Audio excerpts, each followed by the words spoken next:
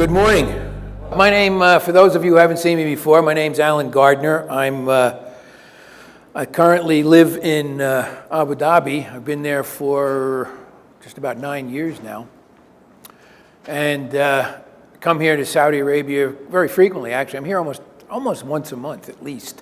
So I enjoy traveling here. It's a very short trip.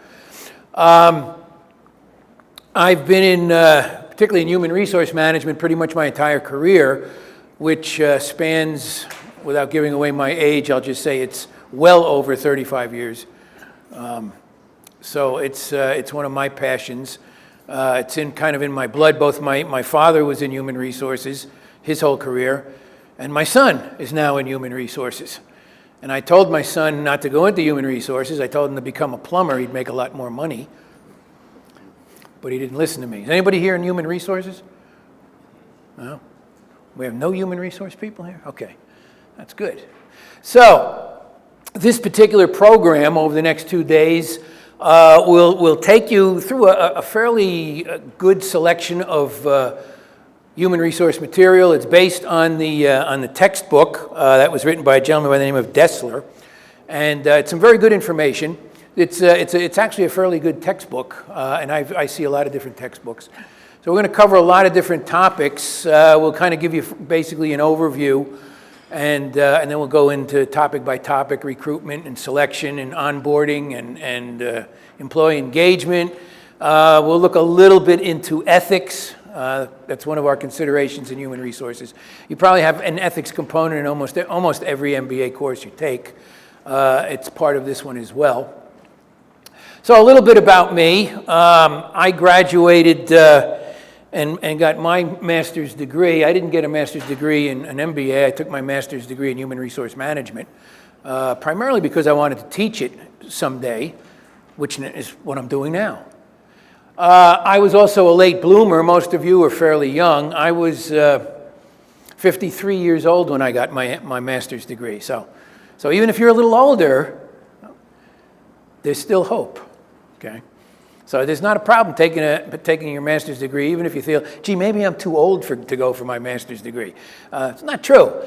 Sometimes it's good to have a few years of work under your belt before you attempt the MBA, because it kind of gives you a different perspective. Okay. I have a number of different HR certifications. Some are U.S.-based, some are internationally based. The CHRI is Australian-based. And I also I have MCIPD through the UK. I belong to Society of Human Resource Management, the Australian Human Resource Institute, and the IABFM, and I can't remember what IABFM stands for anymore, but it's something about the International Association of Business and Financial Management. I think that's it. Okay, so if I put more on there, I would never. My business card would be like this long. Okay, so the older you get, the more programs you get into and certifications you get and organizations you join. So I'll say I have over 35 years of experience. A lot of it was in the United States, and I worked for a global organization called Tyco International, which is very global. I oversaw operations in the U.S., Mexico, and Canada, and I used to travel frequently, which is why I've always kind of been traveling as part of my curriculum in my job in HR, so I don't mind traveling now. Our timeline, we're starting around 9. We will break at 11:30. We will return at 1:30 after lunch. And then we'll probably go somewhere between 6 and 7 p.m. tonight. We're going to talk about the group project. If you haven't done a group project before, if you are new to this process, you need to, it's a good idea to team up with a couple of people to do a group project. Tomorrow, I would like to have some volunteers at 1 o'clock when we start tomorrow, just to do a brief PowerPoint presentation. So I don't want to have to twist people's arms. So I would prefer you volunteer to do a brief PowerPoint presentation on the subject. And the subject actually is onboarding. We'll be discussing that this evening. before we break. We'll talk about the group project. So just 5 to 10 slides, just to demonstrate not just your knowledge of the subject matter, but also something that everybody in an MBA program should be developing is public speaking skills, okay?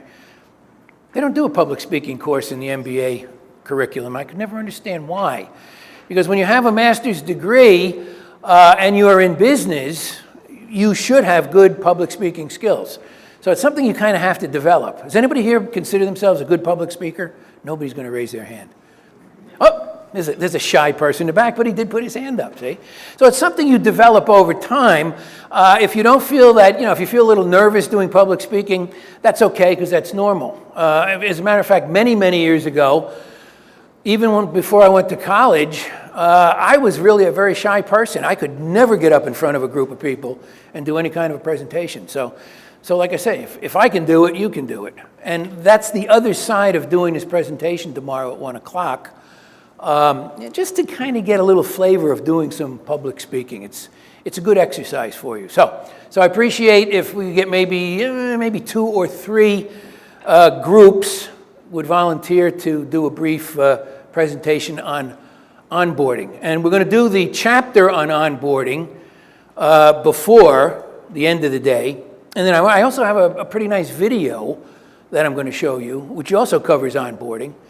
And so that way you'll feel a little bit more comfortable with the material. So that's our agenda tomorrow. Hopefully we should get done somewhere in the 8 to 8:30 time frame. Hopefully. And that's the 2-day course. Everybody want to go home now? Okay. So let's get started. During the program, please feel free to ask questions, or better, please feel free to make comments. So if you have something that you deal with in your day-to-day work activity that may be related to the material, why not share it? Because when you share information, everybody else learns. So please don't feel shy, or don't feel that you have nothing important to say, okay? So we have obviously a lot of slides to cover. Very difficult to do an MBA course and kind of cram it into a 2-day time frame. In fact, one of my students last time I think I was in Al-Khobar last time, and one of my students said it was like death by PowerPoint. That was a comment I got. So I apologize if you don't like PowerPoint.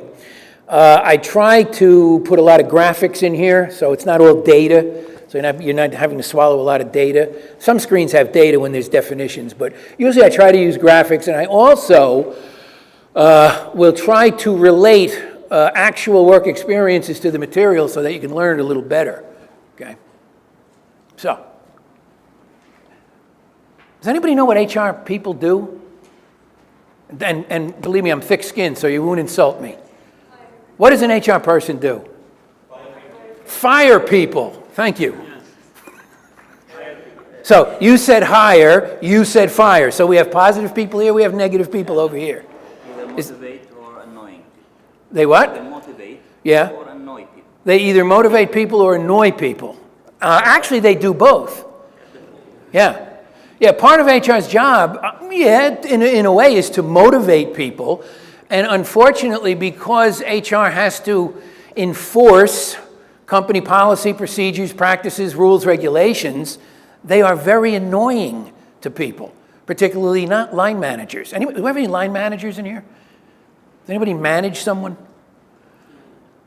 Maybe I should ask, does anybody here work? Maybe I should have asked that first.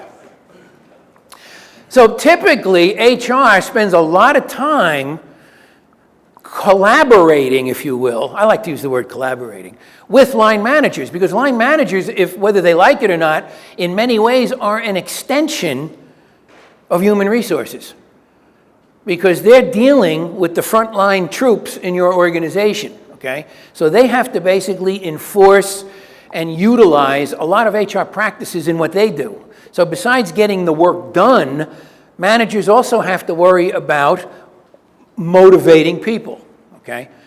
So HR basically oversees that process, but managers really are an extension of HR. And line managers are probably the most critical group in any organization, because without good line managers, you don't get the work done. And if you don't get the work done, then you're not servicing your customers. So line managers probably play the most important role of any individual group in an organization. Does that make sense? Yeah, think about it. Excuse me.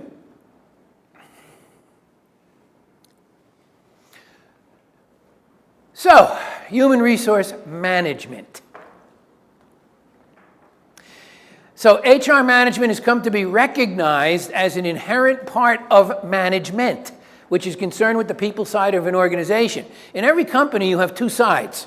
You have the people side, and you have the business side. Does that make sense? Business over here, people are over here. HR's job, really, is to integrate those two parts. Because when you have people integrating with the business side, then you basically have business execution. Okay? So its objective is the maintenance of better human relations in the organization. And how do we get better human relations? Well, development, application, and evaluation of policy, procedures, programs related to human resources to optimize the contribution towards realization of organizational objectives. So HR management is concerned with getting better results using a collaboration of people. That's basically HR's role, besides hiring and firing. Is that all they do? Yeah? The Arabic country, yes. Now we're going to get, it's only in an Arabic country they do that. Just hire and fire. So basically they're not strategic. They're very tactical. They just do the day-to-day. Purely tactical. Huh? Purely tactical. Purely tactical. That's very interesting. I don't think this is all the case. In some companies, the HR is leading the company and a lot of rules. Yeah, you can't really make a general statement that, oh yeah, in Arabic countries. But yeah, I agree they're a little slow getting HR up to where they should be. And that's a dual responsibility. That's the fault of the company, and it's also the fault of HR for not speaking up. Because if you're in HR, see, if you go back 25, 30 years ago, that was pretty much the attitude most people had about HR. Oh, they just hire and fire people. You're just an unnecessary overhead item. You don't really manufacture anything. You don't make anything. You're just a cost to the company. Not a profit center, you're a cost. And that's typically was the attitude about HR for many years. Okay? Top management. You're talking about senior level, That would, yes, definitely. executive level management. That would turn the HR and tactical not into strategy. So basically what you're saying in many situations, the executive level of your company basically cuts the legs off of HR. They don't really allow them to do their job. So in essence, isn't that kind of like being micromanaged to a point? Yeah. Yeah, and the problem is there are many companies out there who don't recognize the contribution that HR should be making to that organization. And there are just as many companies that do recognize HR's contribution. And the contribution has changed because over the past 15, 20 years, HR has gone from a tactical organization to more of a strategic type of process, okay? So it's a good point. So, HR management is the process of bringing people and organizations together so goals of each can be met. Now, if you look at all the different things that HR does, other than hiring and firing, that's included, of course, but there actually are other things HR does. Maybe not in your company. So, let's look at job analysis. What is job analysis? Well, job analysis is basically the first part of a job description. Does everybody have job descriptions where they work? Yes? Everybody? Yes. Okay. Doing everything. So see, you're ahead. What? Doing everything. It's one statement. Oh, do everything? A job analysis basically is what you have to, it's a questionnaire. You have to fill it out. It's usually done with the HR manager and the line manager. In order to write a job description, you first have to analyze what's the requirement of each job. Then you can write your job description. So that's what job analysis is. We'll get into that in another chapter. HR planning is basically, anytime you see the word planning, forecasting, and so on, you're looking at something in the future, okay? So what is HR planning? Basically, HR planning is planning what the employment needs of your company are going to be.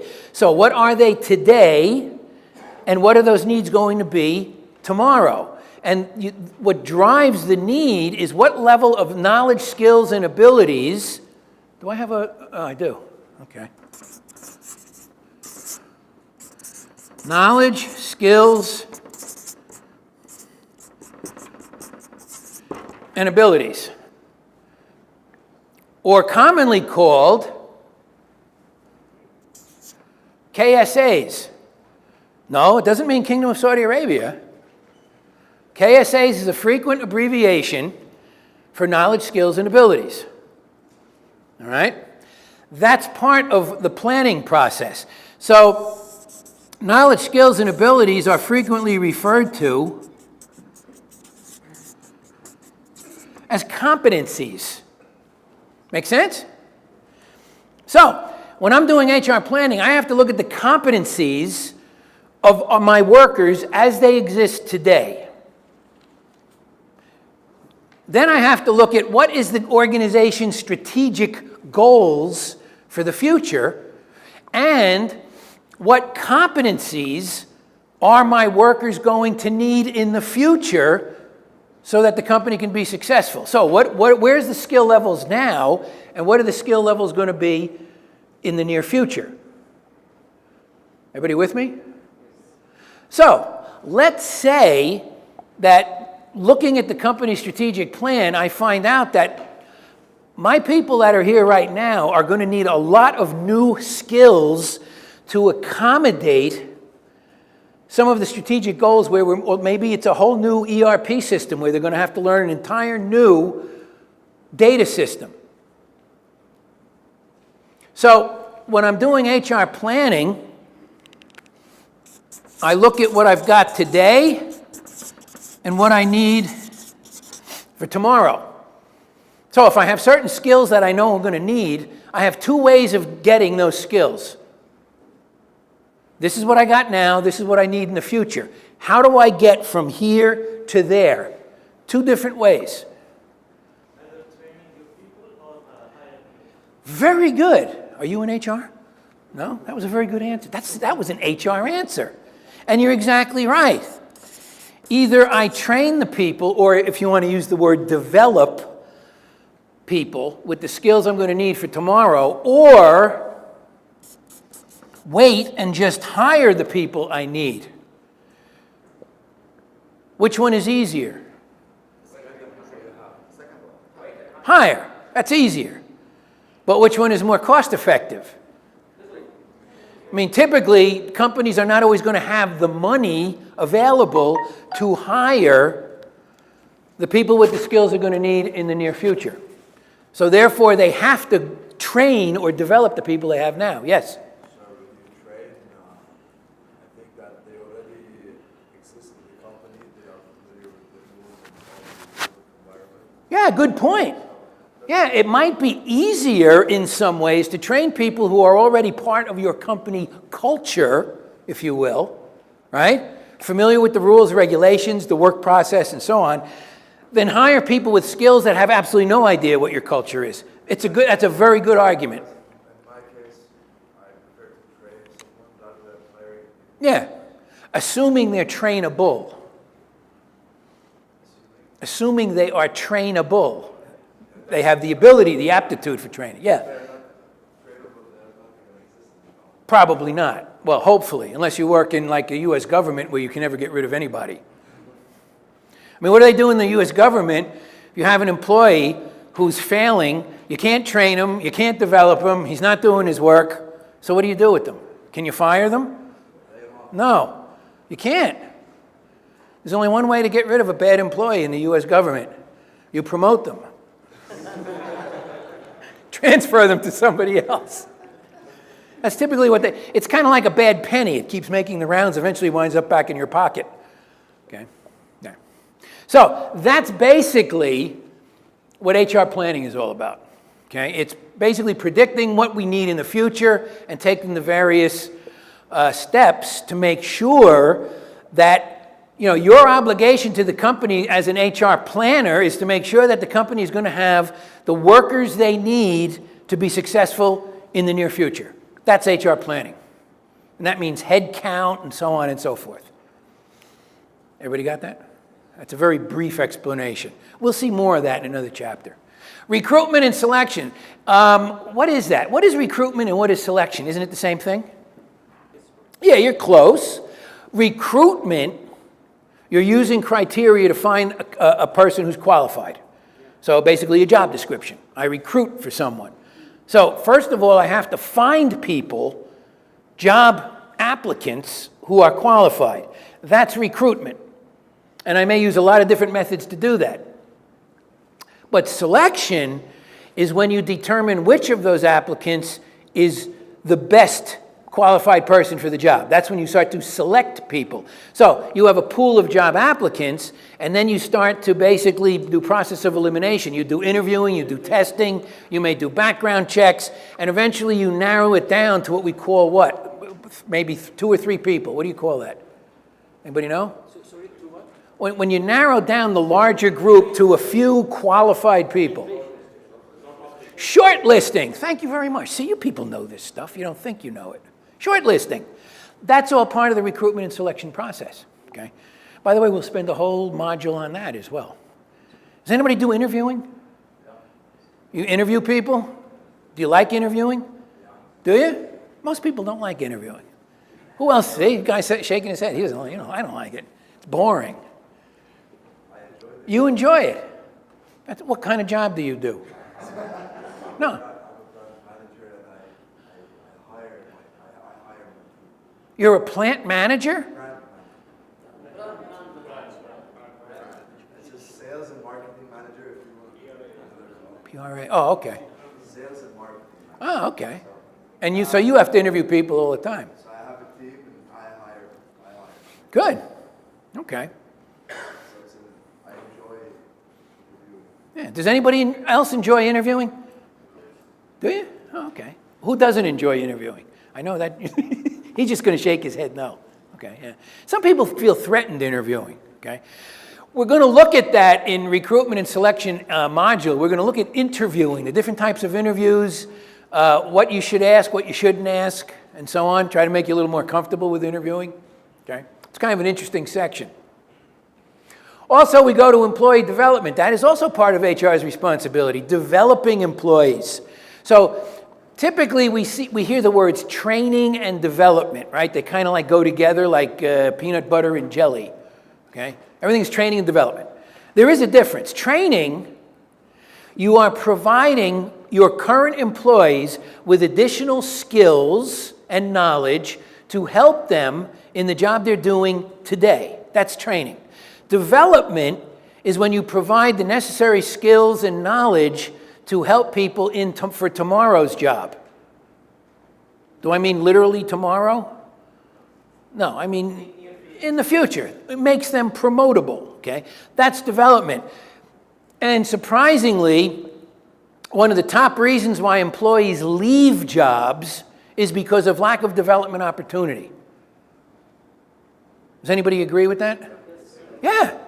I mean, who wants to go to an employer and do maybe there are some, but would you want to sit in a job for the next 15 years and do the exact same thing and never get promoted? I mean, aren't you looking for some kind of career development? Well, most people would be. Okay. So that's part of HR's responsibility.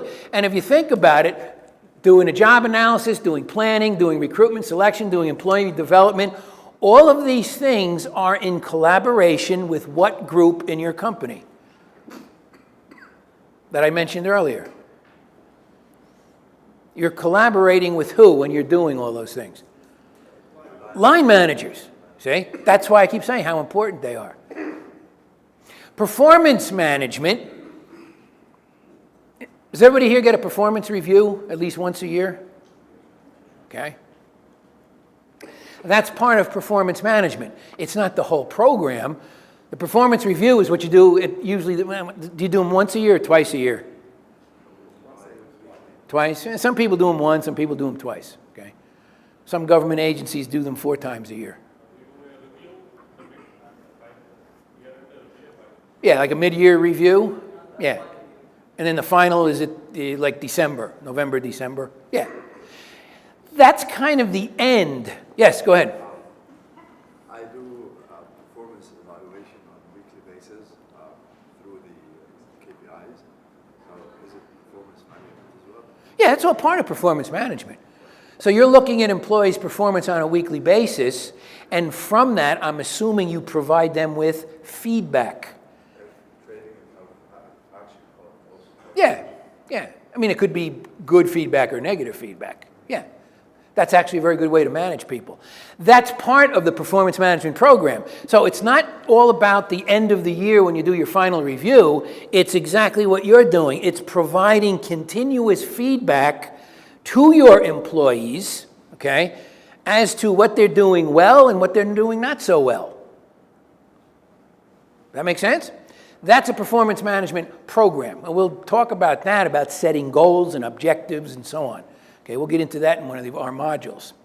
Compensation and benefits typically also is an HR management responsibility. And of course, that has to do with pay grades, pay scales. Does everybody have pay grades here? Where you work, you have pay grades? You mean salary range has grades? Yeah, well, a pay grade, like you have, some people have like you might have 15 different pay grades. Some sectors have up to 25 or more. How many pay grades do you have, do you know? We have 15. 20. Yeah, see, I know what I'm talking about. It's about average. There are some government sectors in the U.S. have as many as 25 or 30. I mean, you'd be almost dead before you become a grade 30. It's like, hey, I'm going to go to my grade 30. You know, getting ready to retire, right? So we'll mention some of those. That's all part of compensation and benefit planning, okay? Pay grades. Every pay grade typically has a salary range, okay? We'll talk about that. And how do you determine which jobs go in which grades? Okay, and that's what we're going to do. We're going to show you how that's determined, okay, without getting too deep into the weeds. And the benefits, of course, every company offers benefits. Some benefits are mandated by government. Some benefits are not. And it depends on what country you're in, okay? In some countries, you must have a retirement plan for your employees. In other countries, it's not a requirement. Like, and in some countries you have what we call Social Security. You have that here, Social Security. It works a little different than the U.S., but it's all on the same kind of idea, okay? That's government mandated. So there's government mandated benefits, and then there are non-mandated benefits. And again, it depends on what country you're in, okay? See, like here you have end of service, right? End of service depends on your job, how many years you've been there, and the company. Now, that's mandated in most Middle East countries, but if you go to the United States, there is no end of service benefit. There's no such thing. It's not required by law, okay? You also have annual leave, right? That's a benefit. Is that required by law? Yeah. But if you're in the United States, there's no federal law that requires you get annual leave or what we call vacation pay, okay? Now, it doesn't mean companies don't pay it. They pay it more on a competitive basis rather than on a legal basis. Does that make sense? So, it really depends where you are in the world as to what is required by law and what is basically just more voluntary by the company, okay? And we'll talk about that in that section. Employee relations. What does that mean, employee relations? Anybody know what that means?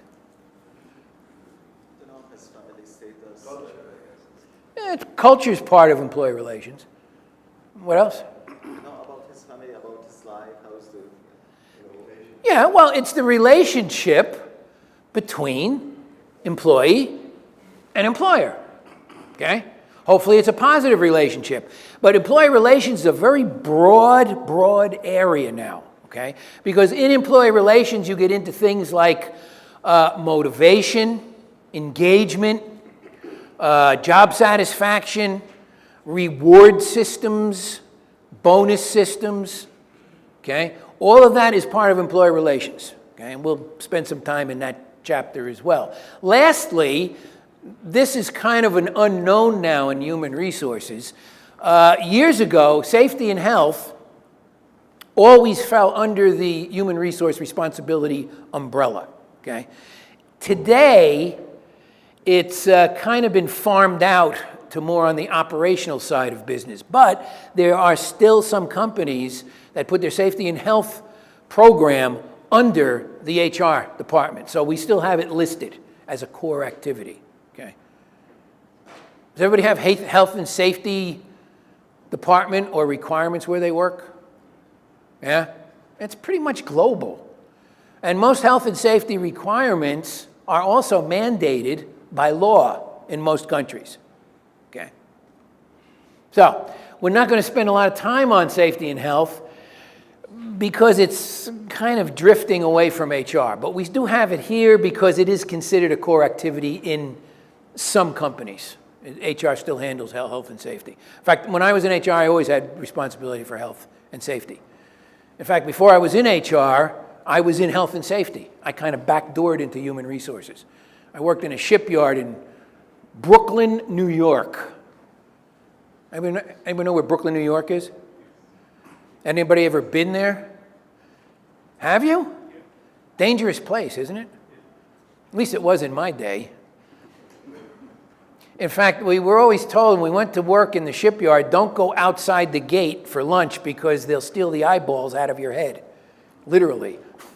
It's a very dangerous place. That's where I kind of learned a lot about safety and health, in the shipyard, ship repair business. Okay. So we won't touch too much on that. There's not much in here on safety and health. So basically, those are the core activities. I didn't want to go that far. So partnering. Where am I? Here I am. Partnering with human resources. And that's, we go back to our line managers, okay? Partnering. Since managers represent frontline supervision, they have the day-to-day responsibilities to meet or implement HR initiatives. This is what I was talking about earlier. So the primary reason HR and line managers should work together is because both parties have a vested interest in ensuring the organization achieves success. And if you don't have a good collaborative relationship with a line manager, then you're not doing a very good job on the HR side. So through working together, line management becomes more proficient in the tactical side of HR. This frees up time for HR professionals to devote more time to strategic management. As an example, let's say you're a manager and your employee is late for the 6th time this month. What are you going to do? Advise him first. Yeah. You're going to advise your employee. You're going to talk to him first. Advice forward, actually. I would ask him if there's something wrong. Yeah, exactly. That's a very good answer. Yeah. Before you jump all over the employee, you're going to ask the employee, is there some issue that's causing you to be late so often? Now, see, that's the way a line manager is supposed to react to that kind of a disciplinary scenario. In my day, you know what the line manager would do? Oh, you're late again? Go to HR. It was like being sent to the principal's office. Go to HR. Whose responsibility is it to address attendance issues? HR or the manager? Yeah. So the employee would come to my office, scared. I felt like the principal. I said, oh, my manager sent me here. I'm late again. And I'd look at him and I said, so what do you want me to do about it? Well, he said I have to come see you. I says, no, you go back to your manager and you tell your manager That's his job to deal with your lateness, not my job. As long as he follows the attendance policy, that's all I have to be concerned with from an HR perspective. But as far as meting out some level of discipline or discussion, that's the manager's job. See, the problem here is line managers frequently like to what we call push back to the HR group. They want to shirk their responsibility on these day-to-day tactical issues. And most of you, I think, agreed it was the manager's responsibility to deal with that attendance issue, not mine. How can I deal with an attendance issue? I don't deal with these employees on a day-to-day basis. I'm not close to them like the line manager. So it's up to the line manager to take care of that issue. Make sense? Okay, so that's what we're talking about. So, some of the areas of HR manager partnership. Consider the following areas of collaboration. Recruitment and staffing. Manager needs a replacement accountant, okay? Calls up HR, says, hey, I need a new accountant, find me one as soon as possible. Is that how it works? Well, first of all, there's something called a job requisition that has to be filled out by the manager and signed by typically the department head. Some job requisitions require 2 levels of approval. And then the manager is supposed to attach a job description to that requisition and then send it to HR, okay? It's a collaborative process.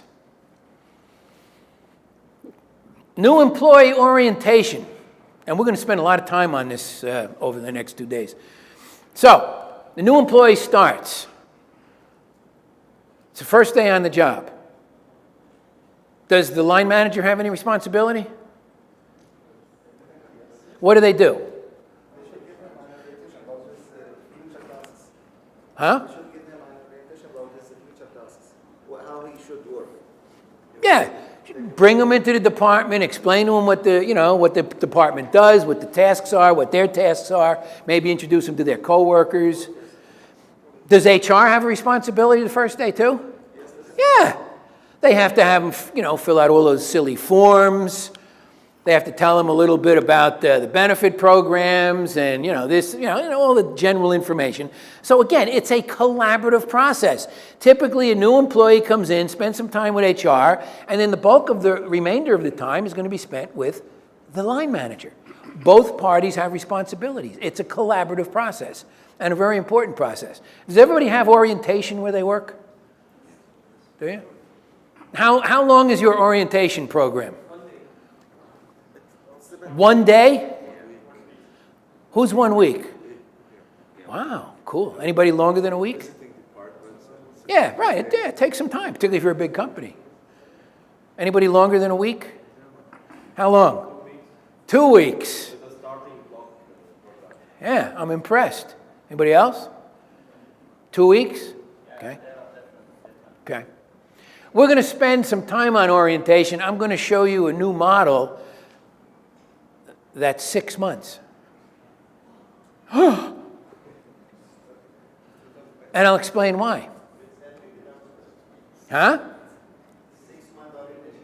Yeah, but except we don't call it orientation anymore. We call it onboarding. Okay? I'll show you the model later. It's coming up. Something you can look forward to at the end of the day. Because that's what you're going to be doing your group project on.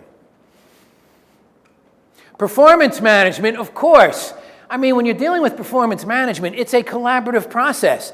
I mean, HR basically has to review and make sure that managers are performing evaluations, that managers are setting objectives and goals with their employees, that managers are providing regular feedback during the performance year, okay? That's HR's responsibility, okay? Frequently, managers will come in and have discussions with HR about how to best optimize their people's performance. So it's a collaborative process. It's not just HR's responsibility. It's not just the line manager's responsibility, okay? Training and development. Here again, HR's responsibility is to provide the programs. But whose responsibility is to identify which employees need what program? Yeah, I mean, I don't have a crystal ball. I can't look in and say, oh, I think Thomas needs this kind of training. I can't do that. Thomas doesn't work for me. He works for you. So I have to depend on you to determine what training and or development programs Thomas needs. And once you know that, then you can identify through HR what programs are available. See, it's up to the manager to provide their employees with the training and development tools or assets to make those people successful. That is a line manager's responsibility. I mean, doesn't it make sense that, if you're a line manager, wouldn't you want your people to be successful? Then you provide them with the tools to make them successful. Because if your people are successful, then you are successful. I always loved having really good people working for me. Why? They make me look good. It's exactly right. Yet some managers are threatened by very good employees because they think, oh, this guy's going to be coming after my job. You know what? When I was in business, I wanted people that wanted my job. That's the kind of people I wanted working for me. What do you think? Is that a cultural thing? Yeah. Typically, yeah, a lot of managers keep those people back because they're afraid, because they're insecure in their own position. They don't work well. Probably not. So it's just kind of a different twist on things. And we'll talk about that in the training development section. Conflict resolution. Now, does anybody work in a company, by a show of hands, where there's absolutely no conflict? Anybody? There's no conflict where you work? Well, there is conflict where you work. Yeah. That's right. The only person I ever had raise their hand was somebody else. Oh, where do you work? He says, oh, I'm self-employed. He has no conflict. Yeah, there's conflict everywhere.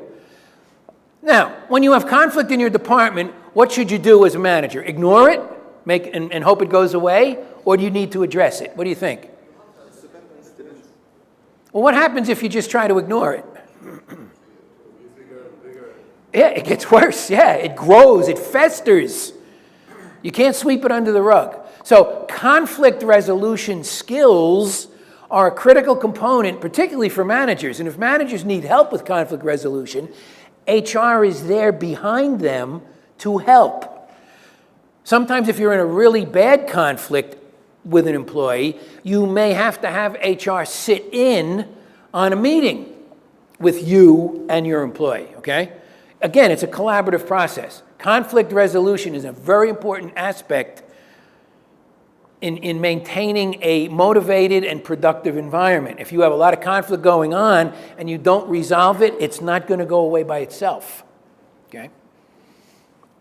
We'll get into that too. This is just kind of an overview of where we're going over the next 2 days. Discipline, we already talked about. And employee discipline, of course, has to do with dealing with behaviors, okay? Is discipline punishment? Think about it. Does a company have the right to punish employees? Yes? Everybody's afraid. I don't know which way to answer that. Well, let me put it to you this way. Do you have the right to punish an employee, or do you have the right to discipline an employee? See, when you have an employee who has a disciplinary problem, maybe we'll go back to the person that's late all the time, or a person that has excessive absence, or a person that is lazy at work, or a person that can't get an assignment completed, or a person whose work, everything they do, it has to be checked by somebody else. They're a poor performer. Maybe they're incompetent, okay? Those are disciplinary issues. And when you think of discipline, how many people have kids? When you discipline your child, okay, why do you discipline your child? Because you're trying to change what? Their behavior. It's the same thing at work. Employees are no different than children. And I don't mean that in an insulting way, but it's the same technique.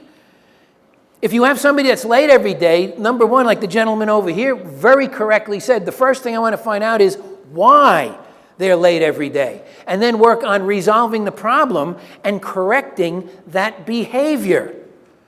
But you don't have the right to punish employees. Make sense? By the way, you don't have to agree with me. I used to represent a gentleman, he was a friend of mine, in Abu Dhabi. He owned 23 coffee houses throughout the UAE, Dubai, Abu Dhabi, Sharjah, Ras Al Khaimah, okay?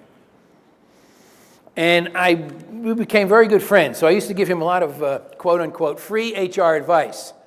But of course, in exchange, I could eat in any of his coffee houses for free as well. So it worked out for me too, okay? Free coffee, free sandwiches. And I used to go to a lot of his different locations. They didn't know who I was, and I would spy on his managers to see how they were treating employees. And he frequently used to say to me, well, you know, that employee has to be punished.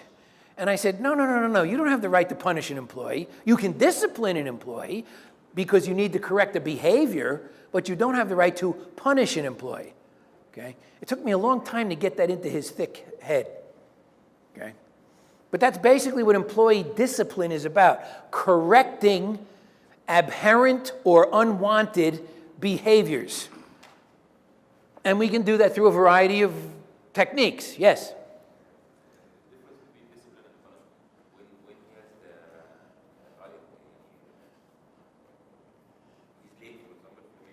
Right.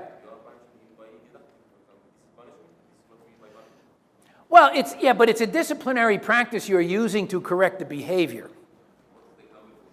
Well, punishment, see, to me, punishment is inflicting pain on somebody. You see my point? Discipline is a much better word to use in an employment concept. Huh? Yeah, I just, you know. So with the person that was late, what are you going to do? Give them a salary deduction?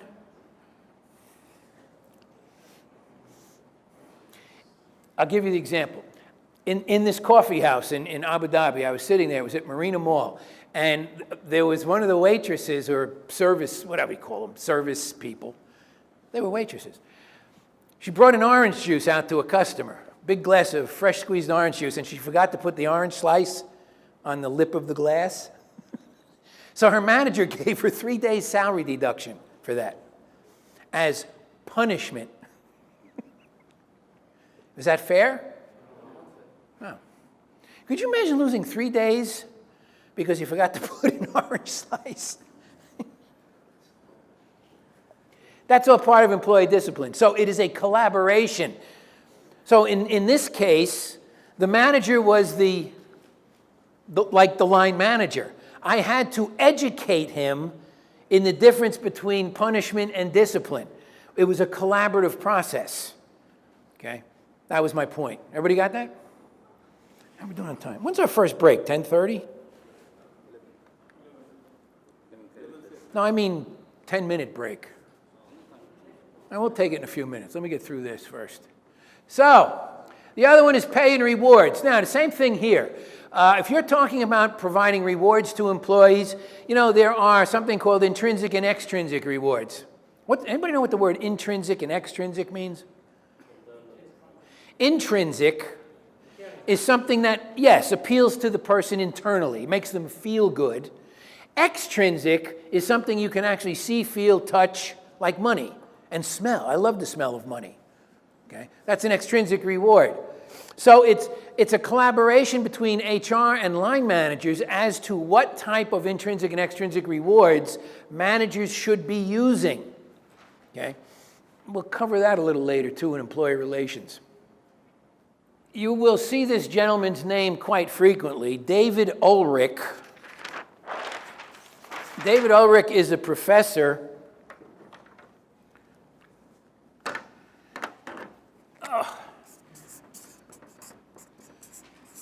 a matter of fact, you'll see him on several videos. I think in your worksheets, too, there's some David Ulrich stuff in there. David Ulrich is a professor of human resources at University of Michigan Ross School of Business. He is probably the #1 recognized expert globally, #1 in HR practice, okay, David Ulrich. Very brilliant guy. I think he's got about 15 different books out there. Each and every one of them is very good. But he now has a big think tank called RBL.net, which is a think tank of HR people. And he's very well known, in fact, he's very known in the Middle East.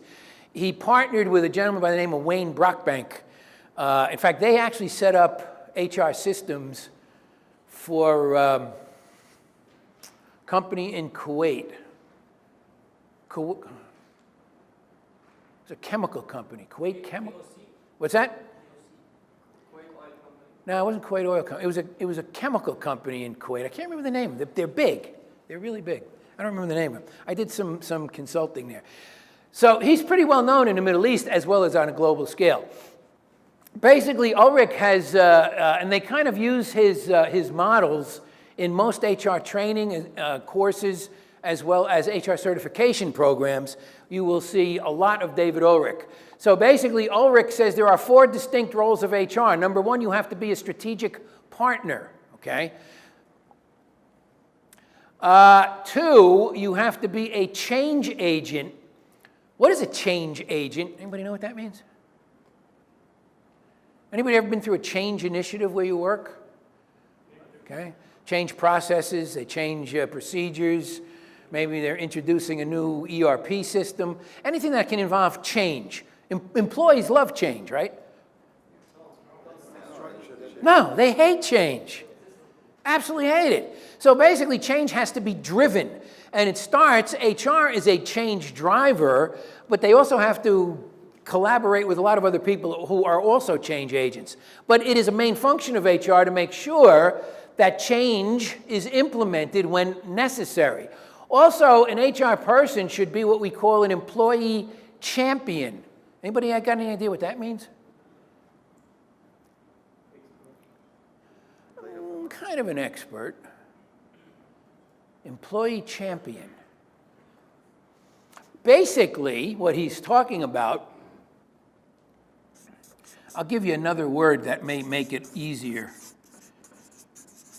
He used to use this word too.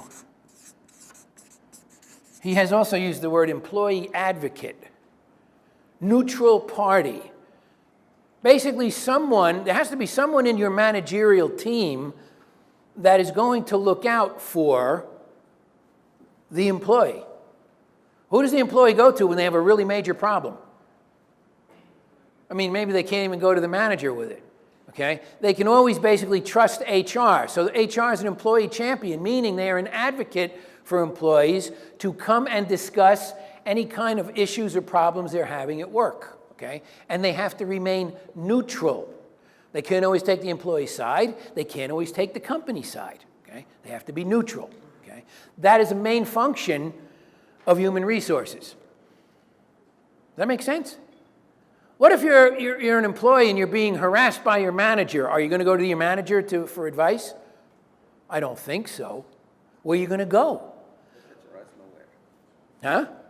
For us, nowhere. I'm sorry to hear that.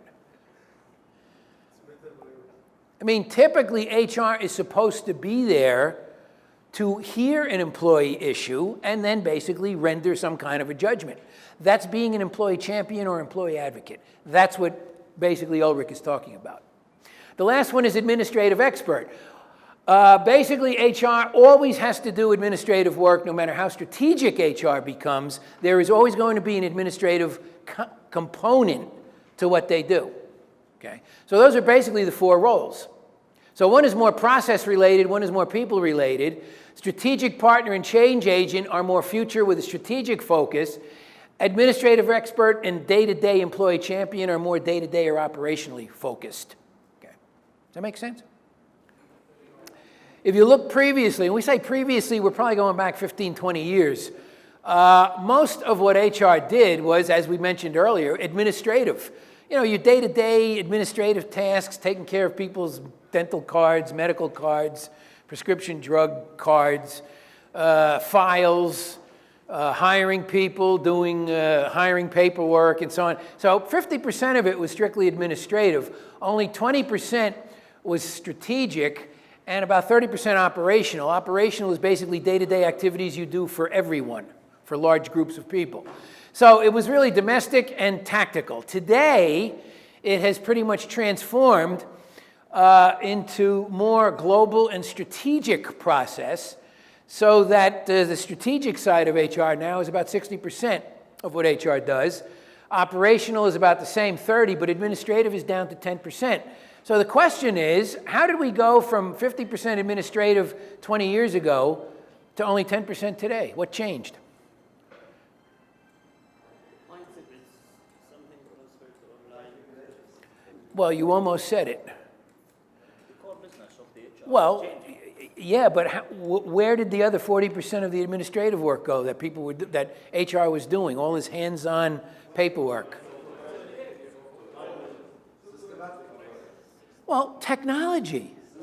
No, we didn't give it to the line managers, but technology, because most companies now. See, when you hire someone, everything is done through a HRIS system or a portal. Okay? People can go into the company portal, they can change their address, they can change their telephone number, change their benefits. They don't even have to go to HR. They can do it themselves online. Years ago, unfortunately, most of you weren't born then, every time somebody came in and needed to change their address, needed to change their phone number, needed to add a dependent, needed to take a dependent off, or they got married, or they got divorced, or whatever the case may be, we used to have to type. Everyone knows what typing is? We used to have to type up a 5-part carbonless form. It was called a personnel status sheet. So every time somebody came in with a change, you had to sit there and type up a form. So one copy went to the employee, one copy goes in their file, one company goes to payroll, one company goes to the department head, one copy goes to the manager. Okay? Everything. And that's all we used to do all day long was type up those forms. Now, because of technology, everything is computerized, so employees can make those changes themselves in the system. Does anybody have that where they work? What they call a portal, employee portal? Yeah. See, in my day, I date myself, there was no such thing. Everything was done manually. That's where the other 40% of the work went. Technology has improved so much that now HR can do what they were really meant to do, and that's devote most of their time to the strategic operations of the company. Okay? It's a very important slide. So, some of the current trending in HR. Globalization of business and the labor market. So organizations today typically are not only looking at a domestic labor force or a domestic market. If you work for a multinational corporation, then you have operations in obviously more than one countries and sometimes all around the world. So you have to consider your labor market not just domestically but globally. Okay? Now with globalization comes a lot more responsibilities. Now, if you go global, is your competition more or less? More. Yeah. Which means, so you have more competitors now if you go global, which means you have more people dipping into the labor market for the most talented people. So the competition for talent gets much keener when you globalize. Also, there is a need now for more high-tech jobs and skills. Okay? Some of the hardest jobs to fill are the high-tech and high-skilled jobs. Right? Can't find enough people to fill those jobs. That's a big challenge for human resources. Also, generational differences. Is this thing working? Yeah, there it is. Generational differences in the workplace. What does that mean? What does that mean? It has to do with age. Oh, I can't. I mean, if you think of each generation, of course, is represented by different age groups. So if you look at it from a generational perspective, 1946 to 1960, people born in that particular time frame are called what? Thank you. Baby boomers. Do we have any baby boomers in here?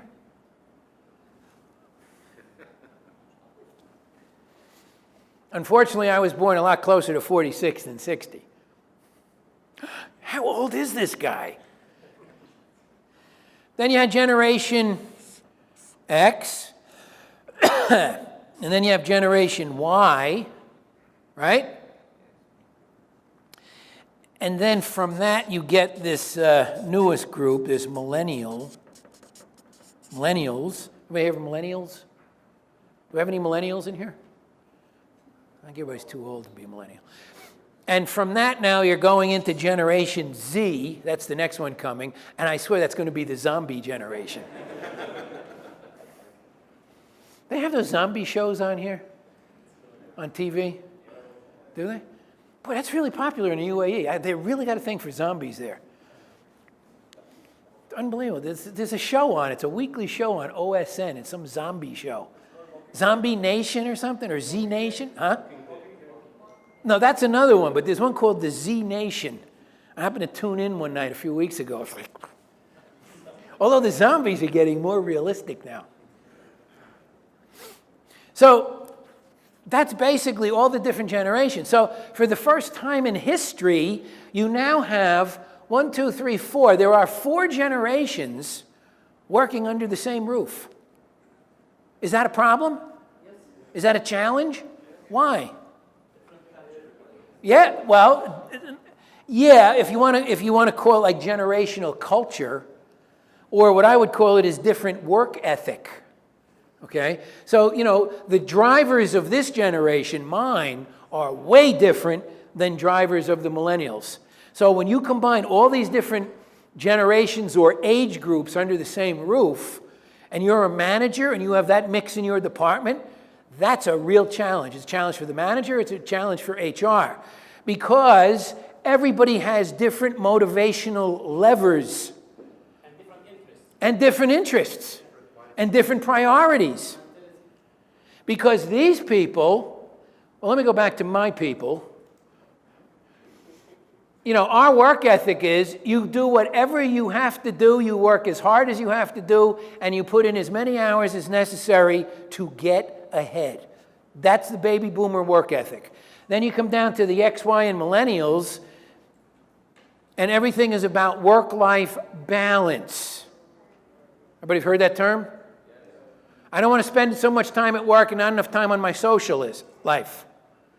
See, the X generation started it with family life. The Y generation extended it. And now the millennials, all they want to do is party. In fact, they'd rather just stay home and get paid.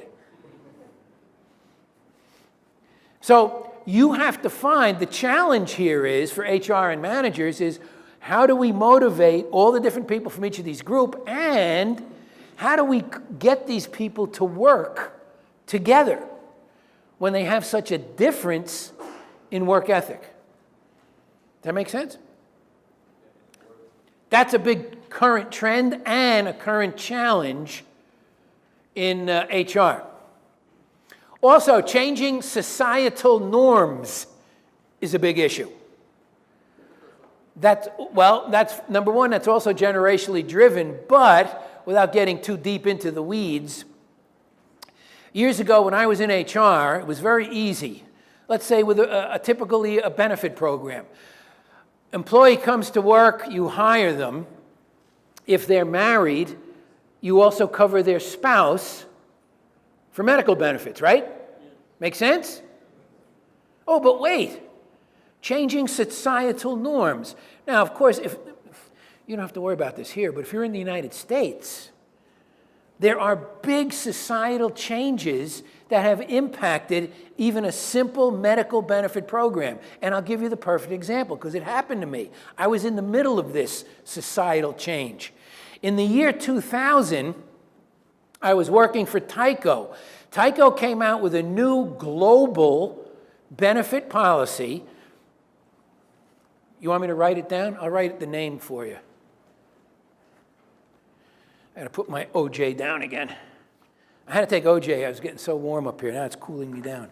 They came out with a new program called Domestic Partner Benefits. Anybody ever hear of that? No? If you lived in the United States, you would have heard of it. Or if you live in Europe, you'd have heard of it. So what Tycho said, this was earth-shaking decision. It was a changing societal norms. Now, if you're in HR and you hire an employee, you have to cover their married spouse. Under the domestic partner benefit, if you hire an employee, you also have to cover the person they are living with, whether they be of the same gender or different gender. You got my drift? Do I have to spell it out for you? They're considered a domestic partner, which is a substitute name for spouse.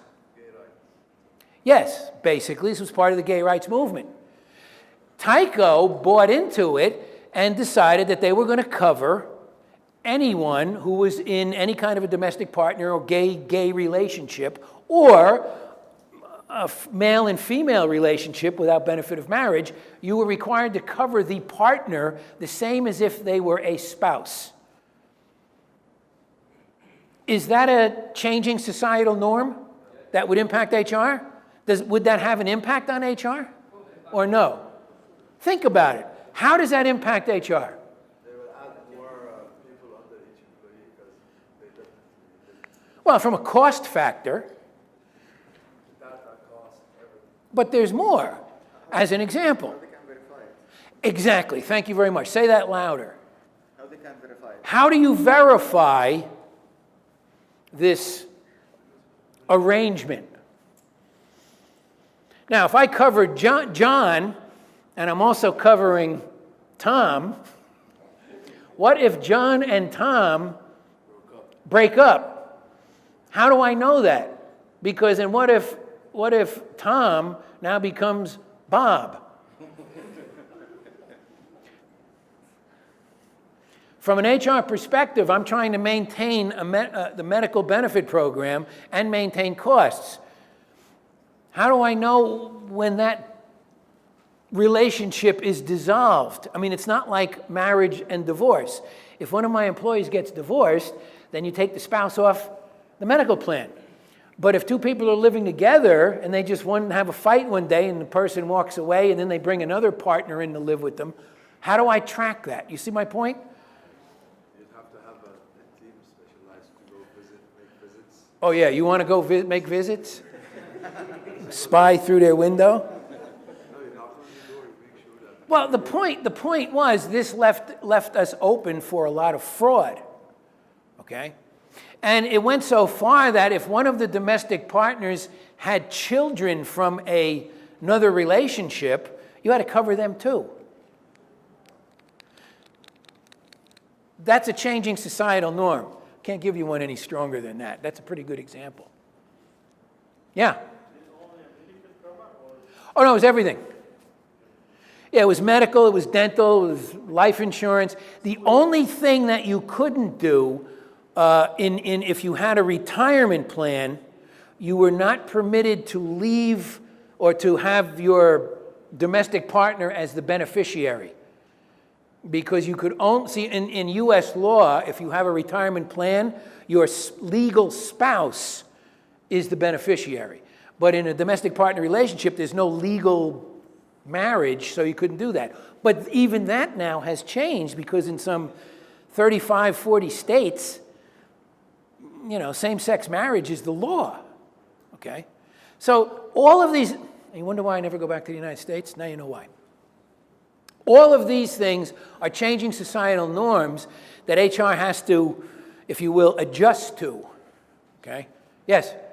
Maybe one solution could be if you get married, then you have a marriage contract. So for the HR, they have a marriage contract. They know that those two live together. If they are not married, they're just partners in the living place. They have a contract contract as partners, not marriage, so they have to submit a new contract. Yeah, that's actually very good. That's really what we did. We had, basically that's what I established for domestic partners. In order to be able to track them, okay, we used to have, you had to sign an affidavit that you were in a committed relationship with so-and-so, okay, and both you and so-and-so had to sign that affidavit. That's how we, and you were only allowed to have 2 domestic partners in 1 year. This is how crazy this got. Then if you dissolved your domestic partner relationship, then you had to come back into the office and fill out a dissolution of domestic partner relationship. And both had to sign it. Crazy stuff, huh? So what would happen when an employee would come into my office and say, I need a domestic partner form, I would ask them, which one did you want, shack up or break up? And you will find different interpretations of those generational years. I've never found 2 that are the same. Some say 85, some say 86. It gets very confusing. So another current trend in human resources is an increase of contingent workers. Anybody know what a contingent worker is? Contingent, like temporary workers, okay? Like a company, maybe a company only hires workers for their big push in the summer months, and then they lay them off after the summer because they don't need so many. They're hired under a contingency plan, contingent, okay? So a lot of companies are basically laying off full-time employees and replacing them with contingent or part-time employees. Why would a company lay off a full-time employee and replace them with a part-time employee? Very good, yeah. That's exactly the reason. They don't have to pay part-time people benefits. And why would a company want to do that? Thank you. Costs. So as costs increase for companies, you're seeing an impact on more hiring of contingent workers. People that only work maybe 3 days a week, people that only work 4 or 5 hours a day, people that work seasonally in a company. Okay, does that make sense? That's happening big time in the US right now because of a very unpopular law called Obamacare. Okay? Because of the costs of Obamacare, companies are converting a lot of their workers to part-time status so they don't have to pay the Obamacare costs. Okay? Also, you're seeing it in Europe as well, because particularly in government sector, because the benefit plans are just killing governments. They can't afford the benefits. All the perks that they promised their workers over the years, now they don't have the tax base to support it. Okay. Evolving role of virtual employees. What's a virtual employee? Yeah, well, they're people that aren't in your location, but why do they call them virtual? Yeah, kind of online. They could be working from home. Some companies that are multinationals have virtual teams where people are on a work team, but they're actually in totally different locations. So basically, virtual employees are employees that are using an internet, okay, in order to communicate with their organization on a day-to-day basis. Okay, could be long-distance employees, whatever. Also, an increasing diversity in cultural issues. As companies become global, they are also dealing with more diversity in different cultures. Is that a problem? Yeah. If an American company, let's say Microsoft, they're in the US, they come to Dubai and open up Microsoft in Dubai. Is there a cultural issue they have to be concerned with? Absolutely. So these are the things that HR never had to deal with because years ago you didn't have that much globalization or internationalization. Now, anytime your company expands into another country, you have to take into consideration the different diversity and cultural issues that you're going to be dealing with. Make sense? So, those are current trends. How about talent management? What is talent? Talent management involves effectively recruiting, developing, and retaining employees within the organization to ensure the availability of a substantial talent pool within the organization and to facilitate the removal or development of underperformers. What's an underperformer? Huh? Below expectation. Or who is not achieving his KPIs? Yeah. Not achieving his KPIs. Yeah, it's an underperformer. Okay?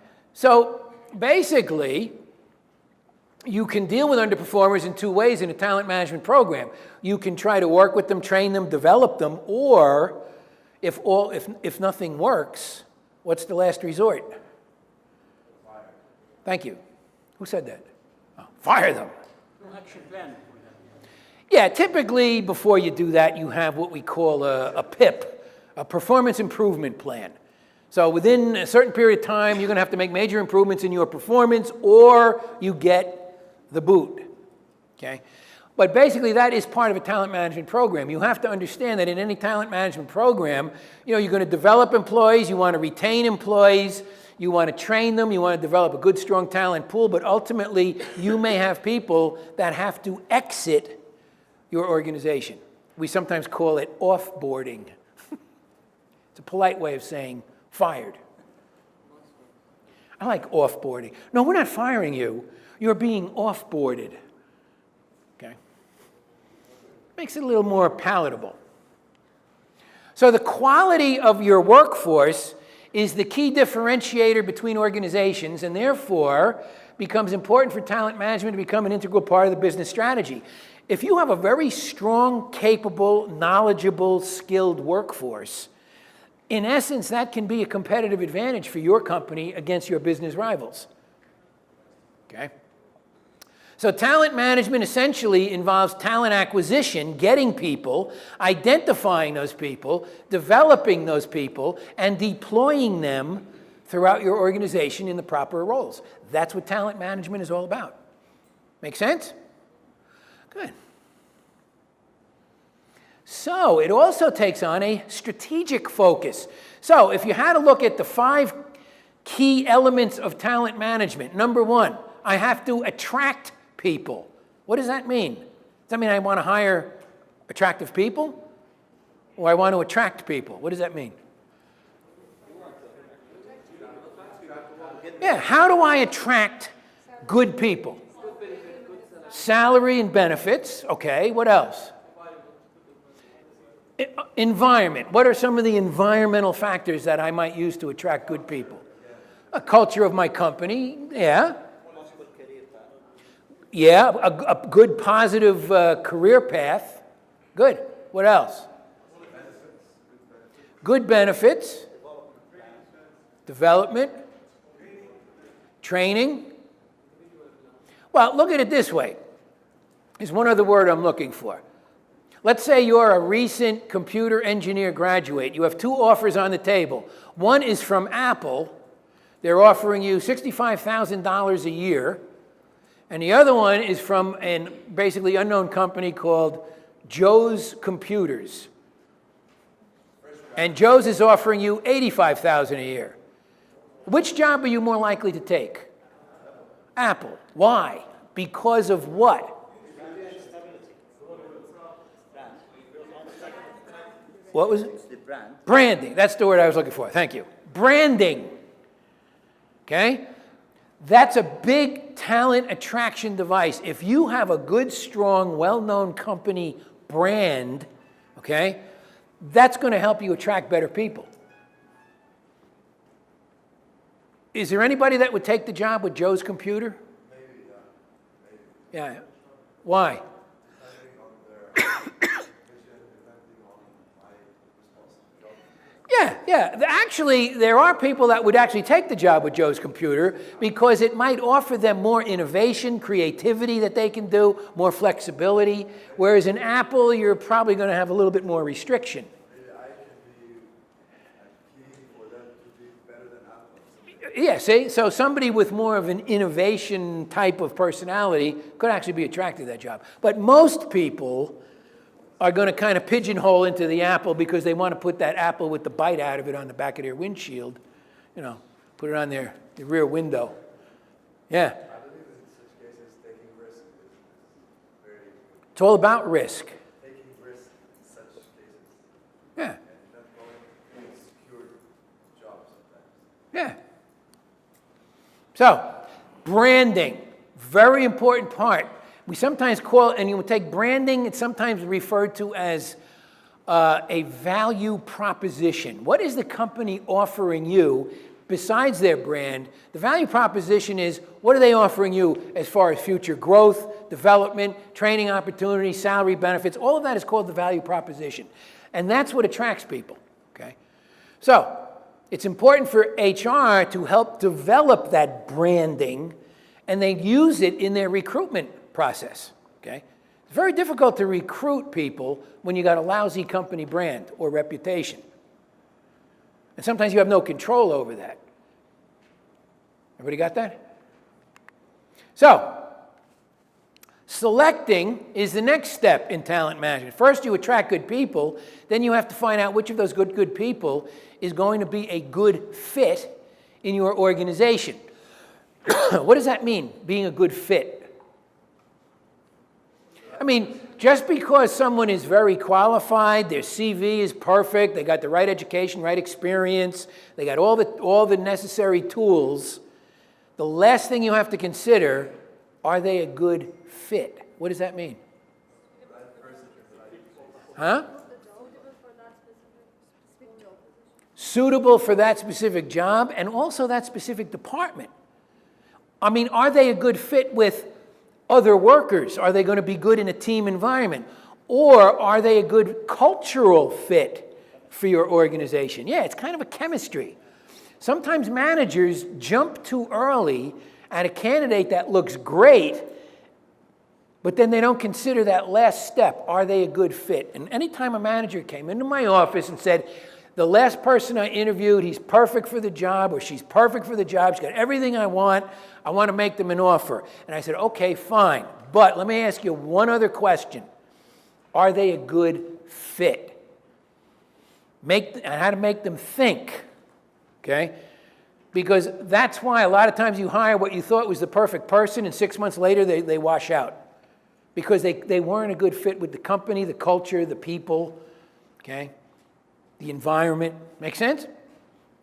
Very important. Also, the next step, after you select your people, you want to make sure those people are engaged. Years ago, we used to just call it job satisfaction. Today, it's called job engagement. It's much more. It's job satisfaction, it's motivation, it's empowerment, it's decision-making capabilities, it's loyalty to the company, it's the ability to help and want to help your coworkers. That's engagement, a big part of talent management. Development, of course, is pretty much everything, okay? You want to keep your people, you better develop them.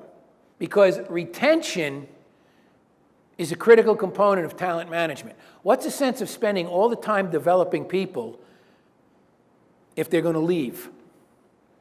So you got to find out what retention factors are required. It's got to be, and it's not always about money. Okay? And we'll see that in a little while.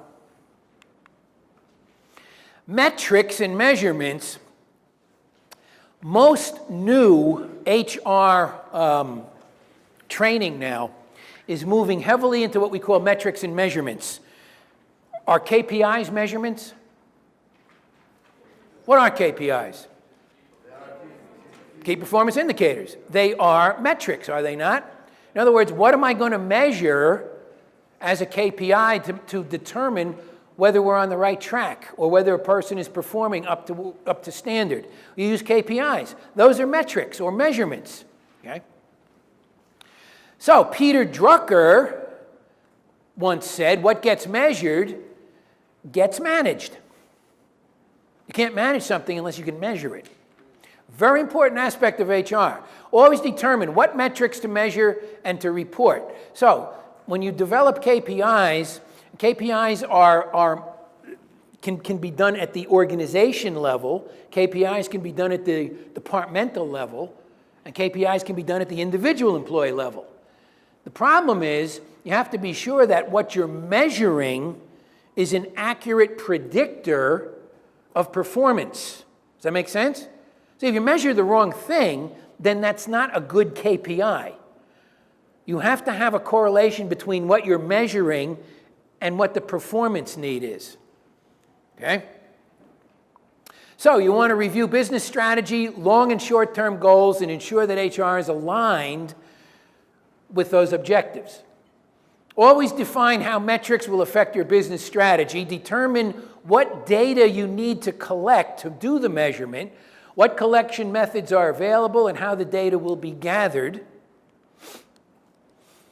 Also decide how often HR metrics information will be collected and reported. Will it be monthly, quarterly, or annually? I used to do all three. As an example, I used to do turnover analysis. That was a metric. What is the percentage of turnover in the organization?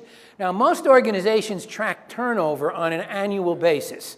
I used to do it on a monthly basis because I didn't want to wait till the end of the year to find out I had a problem 6 months ago. So I used to track turnover monthly. If I had a bad month on turnover, first thing I'm going to look at is why.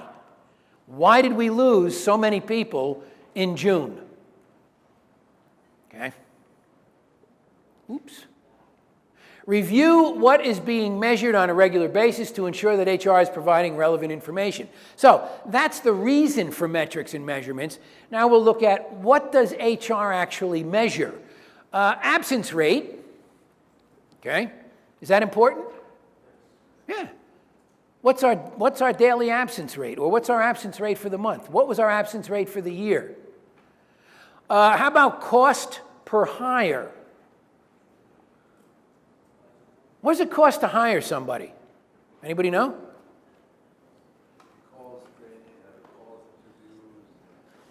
Yeah, but if you add all of that up, by the way, I'll show you this later. I'll prove it to you because you won't believe me. Average cost to replace an employee that leaves.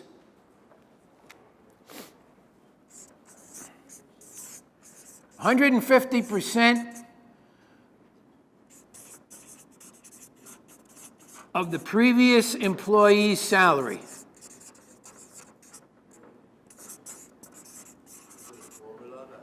Yes, I'll show it to you later. That's average.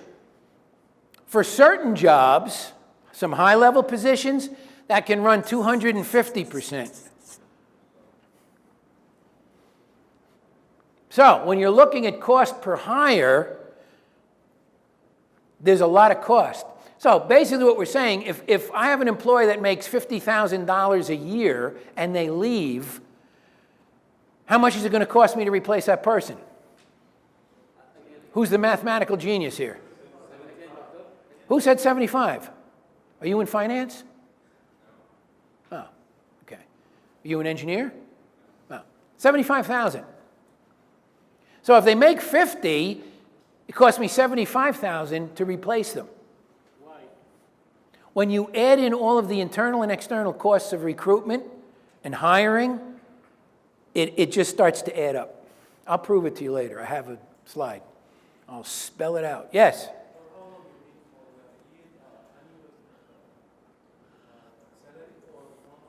I'm talking about typically annual salary. If you make $50,000 a year and I have to replace you, typically it'll cost me $75,000 to replace you. If you're in a higher level position, it could cost my company double or it could be double, almost double that amount. I'll prove it to you later. You don't have to believe me. I'll show it to you. It comes up later. I don't want to ruin it for later. I'll get my thing out here. So, other metrics that we look at. Health costs. Is health costs important? Well, maybe not to you, because you feel, well, your health insurance is being provided, but did you ever think, what is it costing my employer to provide me with health insurance? It ain't cheap, and it goes up every year. So basically, HR has to look at how much does it cost us per employee for health coverage, okay? That's a metric. Time to fill. Anybody want to take a guess at what that is? Time to fill? Yeah.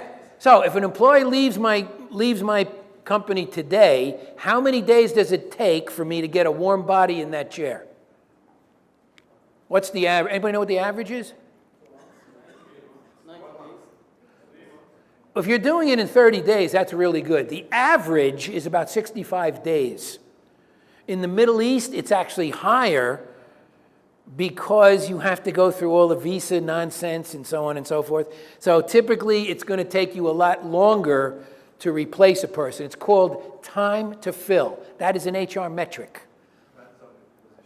Yeah, a lot of it depends on the position, the company, and what country you're in. In the US, Europe, typically it's about 65 days average. But if you were looking for a nuclear engineer, I mean, obviously it could take you 6 months. But if you average it out, it's about 65 days. So if you're hiring people or replacing people in less than 65 days, you're actually doing pretty well. Okay? What's the notice period in the US? That when an employee wants to leave his You mean legally? No notice. There is no legal standard for giving notice in the U.S. I can leave the company without any further notice. Yeah. There's a word for it. It's called... What? Nonsense? It's called employment at will. Which means if you want to leave your job in the United States, you are not under any legal requirement to give notice. If you would decide today I'm leaving, at the end of the day, you can walk out. But there's a caveat to that. These employment at will works both ways. The employer is under no obligation to give you advance notice of termination. They can terminate you at any time for any reason or no reason without notice. Or no reason. It's called employment at will. Employment at will is currently in about around 33 states, I think, have employment at will doctrine. The other states, the company has to give you notice and a reason, but the employee never has to give notice. I mean, it's an understanding from a professional point of view you're going to give notice, but it's not a requirement by law. Whereas here, it's different. But you have to remember, everybody in the Middle East is working under a contract, right? In the U.S., no one works under a contract. There's no such thing as contracted employment, unless you hire an outside contractor. But when you hire someone in the United States, there is no contract of employment. That's why you have employment at will. How many people knew that? So everybody learned something now today, right? Make sense? Huh?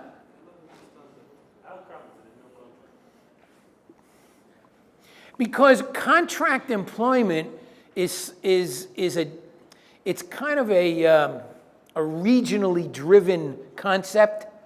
It's very popular in the GCC. It may be popular in a couple of European communities, but in North America, never existed. Not necessary. So how can I know my rights? Well, you have certain rights under the law. I mean, meaning like I can't discriminate when I hire you. I can't discriminate against you once you're an employee. I can't fire you for a discriminatory reason. So you have rights, but there is no need for a contract. Because when I say, I give you a written understanding of agreement at the time of hire saying this is how much you're going to get paid, these are your hours of work, these are your benefits, and these are your job responsibilities. That's it. But it's not considered a contract. I know it's kind of a foreign concept, but I always get that look from people when I say, what? No contract? No. No contract. Yes?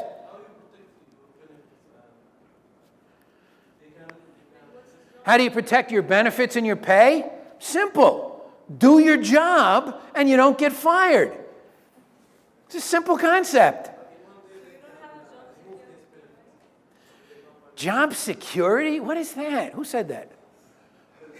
What is job security? That went out 20 years ago. Do you have job security here? No, you really don't. Can an employer here break a contract for a good reason? Yeah. So what job security do you have? You see my point? There's the only way you may have job security in today's world. Well, yeah, thank you. Yeah, it would either be government or being in a union. Okay? That's the only way you have job. There's really no such thing as job security anymore. It's kind of a passé process. Yeah, because a lot of times companies will use that when they're trying to attract you. Well, you know, you'll have job security here. That's a lie. What happens when the company has an economic downturn? What's the first thing they're going to do? They're going to lay off. See, years ago, there wasn't so many layoffs. There was more job security, okay? You don't really have that much today. I mean, in the strictest sense of being secure in a job. Is that too sarcastic for you? But the reality is, and I mean, even if you have a contract, is that really job security? Now, didn't they just change the laws here now where an employer can break a contract? So, you know. And even if you have a contract, it's what, 2 years? Well, it depends, yeah. But, you know. So, I mean, the point is, in other cultures, if you will, like if you go back to the US or Canada, some European countries, if you're at work and you're working and you're doing a good job every day, in essence, you do have job security. I mean, you have nothing to fear if you are meeting your performance standards. Now, if the company, you know, takes a big economic downturn, yeah, then everybody is at risk. There's always risk. Everything is about risk. Okay. Does that make sense? Everybody's shocked. They're all sitting there. How many people want to go to the U.S. now? It's not as bad as it sounds.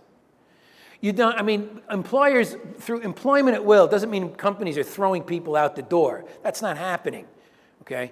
I mean, you would get a very bad reputation as a company if you did that. The point is, since there has never been the need for a contract between employer and employee, both parties have learned to live without it. Whereas here, you've learned to depend on it. You see my point? And also, you're in a scenario in the Middle East where, I mean, you go in the UAE, it's 75, 80% of the people that are working in the UAE are from someplace else. They're expats. So there, you kind of need a contract in order to, because you've got visas you're paying for, and I mean, it's a different type of employment relationship. So contractual employment here makes more sense. Whereas in the US, you don't have that. You don't have that big influx of expats coming in, okay? I mean, even I would assume even in Saudi, it's probably the same way. I mean, you must have a very high expat population here. I don't know what the numbers are. Huh? 8 million.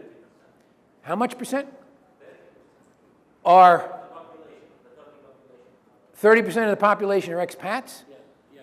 That's actually low, because it was 80% in the Emirates, which is really odd, because if you're Emirati, you're actually a minority in your own country.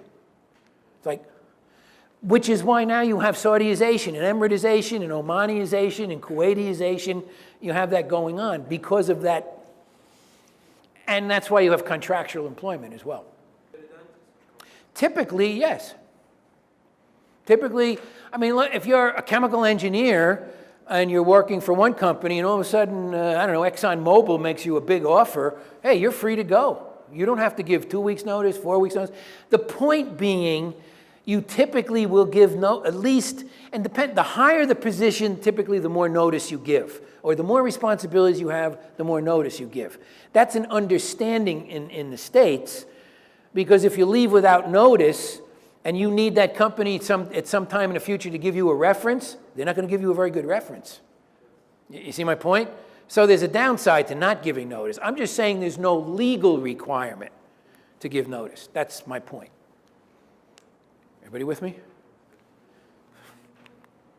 Turnover. We're going to show that later. Turnover costs. Vacancy costs. Costs of temporary workers, independent contractors, and other outsourcing. All of those things. When you have a vacant position that somebody left, there's a cost to that. Even if you have somebody at work fills in for the person that left, is there a cost? Yeah, why? Because now I have to pay you overtime. There's always a cost to having a vacant job open. I mean, if I leave my job tomorrow, I go away, but my work is still there. Somebody's going to have to do it. So either you're going to have to split my work up with another employee, which is an overtime cost, or you're going to have a temporary worker come in to try to keep track of my work. That's going to be a cost. So there's always a cost to vacancies. Okay? Benefit costs versus total payroll. So how much of your total payroll is being paid in benefits? Typically, you figure payroll at what we consider 100%. By the time you add benefits to payroll costs, your payroll costs are actually around average about 140%. So technically, benefits add about 40% to your actual payroll cost. That make sense? I mean, when you count, you know. Huh?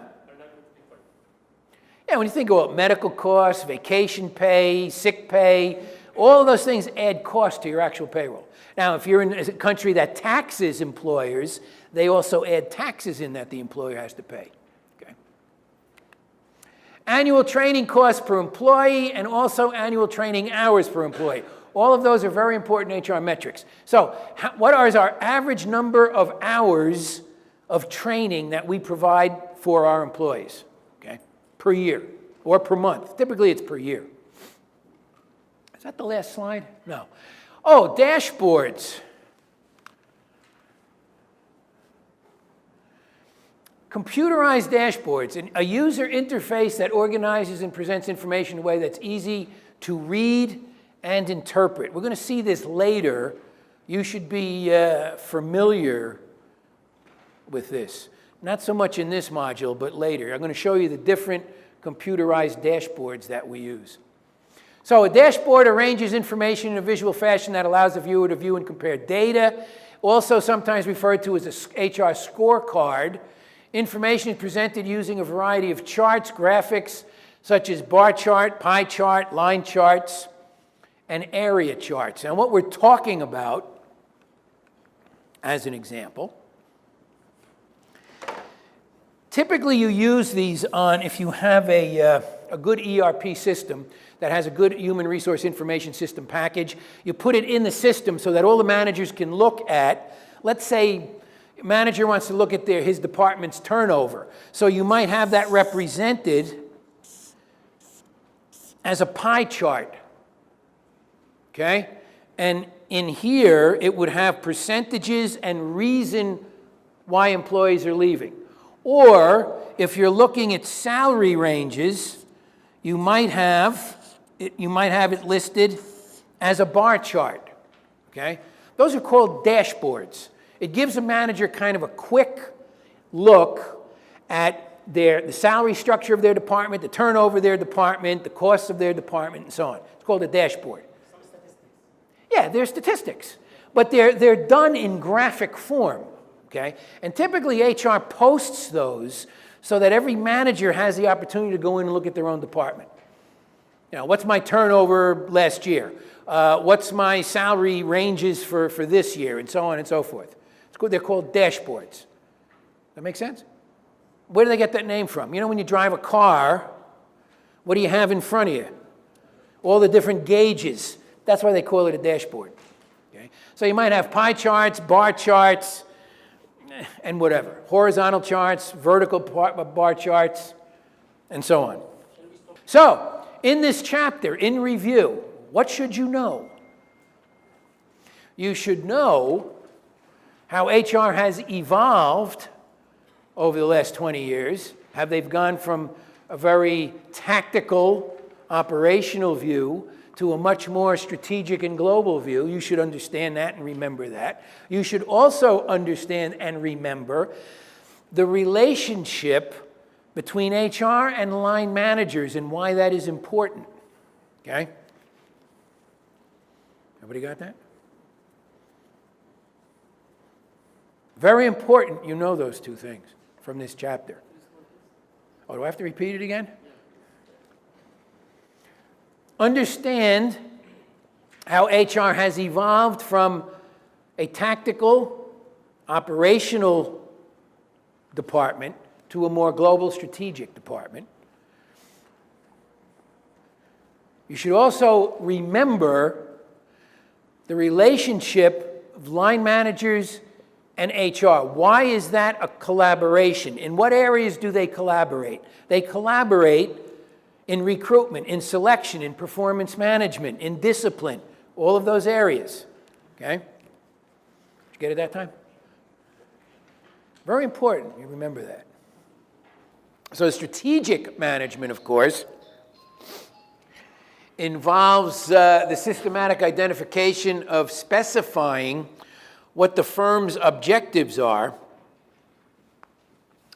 nurturing policies and strategies to achieve objectives, and acquire and make available the resources to implement the policy and strategies to achieve the company's objectives. Every company typically has objectives, strategic objectives or goals that they're working on. So strategic management integrates the activities of the various functional sectors of a business, such as marketing, sales, production, etc., to achieve organizational goals. So when you hear the word, the core functional areas of a business, of which HR is one, they basically formulate strategy. So up here you would have your, if you're in a big company, a CEO. Over here you would probably have your accounting and finance people or person. Here you probably would have the head of marketing and sales. Over here you might have research and development or engineering. Here you might have the folks in IT. 1, 2, 3, 4, 5, 6. And here you would have operations.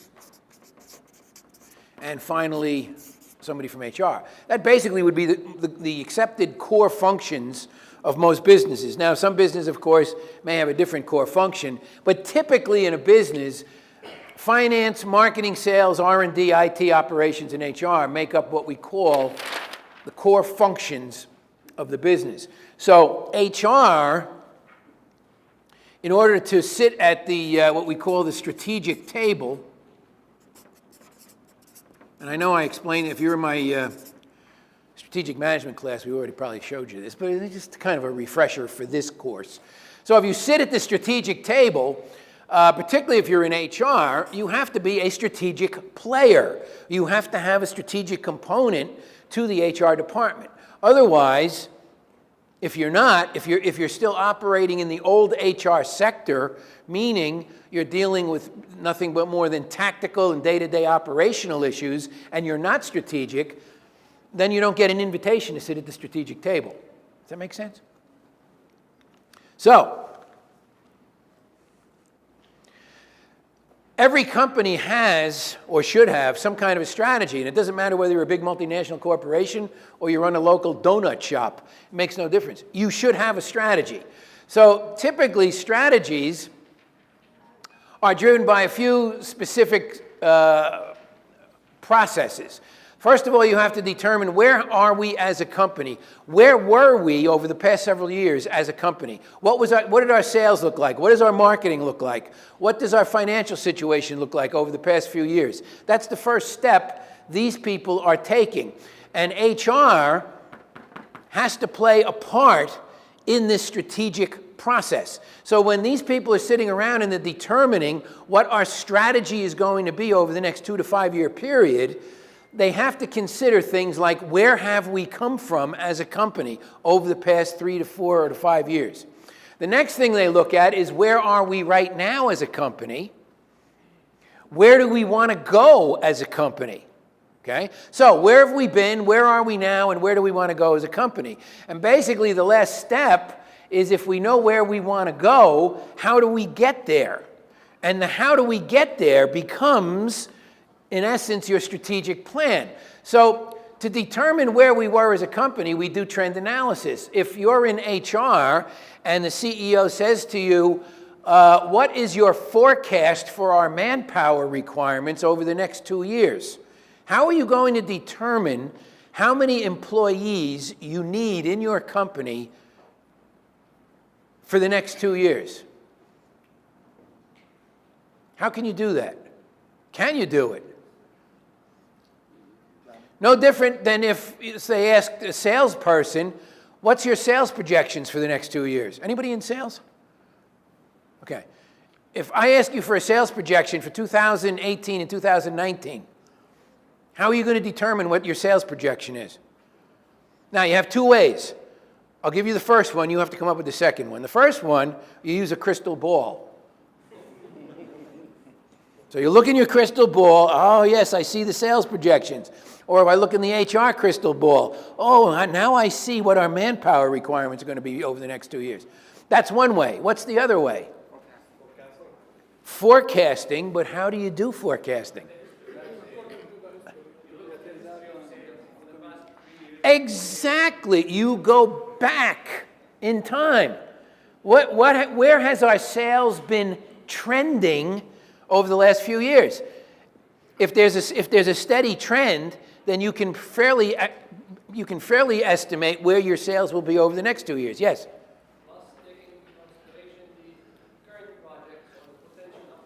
Yeah, basically you're right. You have to look at what's going on right now, but primarily you're looking at what happened in the past. Same thing with headcount or manpower planning, or if you're politically correct, person power planning. We can't even use the word manpower planning in the United States anymore. Women get upset. Oh, no, it's got to be person power. So that's basically what we call trend analysis. And it's very important, even from the HR perspective, to understand this. So the next step, of course, is where are we right now as a company? If you need to determine where you are right now, that's called a mission statement. Has everybody heard of a mission statement? Good. If we want to look at where we want to go as a company, that is expressed where? In a vision statement. And ultimately, the how do we get there, meaning how do we go from here to here? And that basically becomes our strategic plan.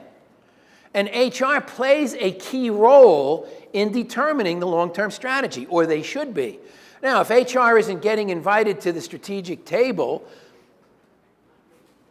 then they don't consider HR to be a strategic partner in their organization. And in many companies, HR is not a strategic partner. Now, that could be the fault of the company, or that could be the fault of HR, or it could be a combination of both. Does that make sense?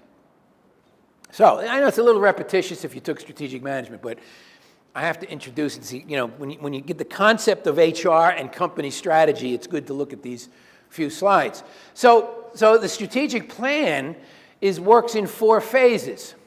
You formulate it or create it, then you develop it and refine it, then you roll it out into the company or implement it, and then you have to evaluate it. And you evaluate it by measuring what? We mentioned it earlier. What do we use as measurables? KPIs, thank you very much. See, you were paying attention. So, that's the plan. Formulate. Define your vision, mission, values, create your core strategy, establish what your goals are going to be. Develop the long-term goals. We use SWOT analysis, we use PESTEL analysis, and we look for internal alignment. I'm not going to go into the depths here because if you've already had this or if you haven't had it, you will see this in strategic management. Then you implement, you push the strategy out into the organization, communicate it, allocate resources. And then ultimately you have to evaluate it and measure the performance. And you can't do that unless you establish KPIs. So once you create the strategy, you have to create KPIs to know, what am I going to measure? So if part of our strategy in HR is to increase our head count in each year over the next 3 years, I have to have some level of KPI to measure how well I do in that particular strategic goal. Okay? Everybody with me? Again, it's not a strategic management class, but this is your strategic side of HR. So, in the organization, you primarily have 3 levels of strategy: corporate, business unit, or divisional level, and the functional level, which is this, functions. So corporate level, they decide where we're going to compete, what we're going to develop. The divisional level decides how to compete in a specific market and how to compete against our business rivals and gain competitive advantage. And the functional level serves as a support system. Okay? Those are basically the three different strategy levels in an average organization. So now you have an alignment between corporate strategy, identifying what businesses we compete in, provide guidance. The divisional level, they identify how to have competitive advantage over a business rival, and they come up with a plan. And then the rest of these folks, including HR, they basically are there to align with the business strategy and give support, okay? And that is HR's role, okay, is a support system. HR is probably the largest internal customer service provider in any organization. Why? Why do I say that? Why are they internal customer service? Yeah. I always tell people, if you're not good in customer service, don't ever go into human resources, because that's what you do all day. You provide services to your organization, you provide services to each department, you provide services to the individual employee. That is HR's job. Make sense? So when you're being competitive, and we talk about competitive advantage, it's simply when 2 or more companies compete within the same market. Competitive advantage is a condition that enables a company to operate in a more efficient, responsive manner than its competitors, resulting in higher potential to earn a persistently high rate of profit. Apple competes with Samsung at the multinational level. Kentucky Fried Chicken competes with Popeyes. Dunkin' Donuts competes with Krispy Kreme. Thank you. I just want to see if you were a donut guy. Okay? It's all about competitive advantage among our business rivals. And HR will play a major role, okay, in competitive advantage, which is why every HR department is responsible for hiring what we call, I don't like using cliches, but we call it hiring the best and the brightest. Because having the best and brightest workforce, or the best technical workforce, or the best skilled workforce can be a competitive advantage. So it becomes a strategic role of HR. Does that make sense? Okay, I see what you're like. Just want to make sure you're on track here. So, competitive advantage results from the value an organization can create for its customers through strategic application of core competencies. Excuse me. An organization gains competitive advantage when it outperforms its competitors in attracting customers. That's what it's all about. How do I beat the other guy? Is everybody sitting here right now? Do you know, I mean, if you work for a company, assuming you work, do you know who your nearest competitors are? Somebody give me an example. Yes. Who do you work for? No, behind you.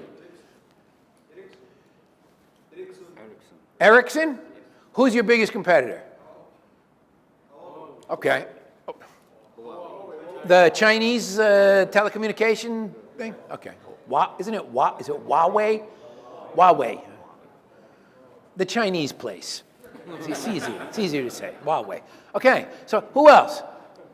Yes, in the back. You work for Philips. Great company. They make great appliances. Go ahead. Siemens and GE, particularly on the medical product side. Oh, that you're in medical products. How did I know that? See, I've been around. Yeah, it's funny because originally you're talking about medical imaging equipment, specifically, right? How did I know that? Yeah, Philips and Siemens were the two biggest leaders in medical imaging equipment for many years until GE jumped into the market not that many years ago. So now it's kind of the three big, so those are your key competitors. Very good. Anybody else? Yes. Schneider Electric. Who's your biggest competitor?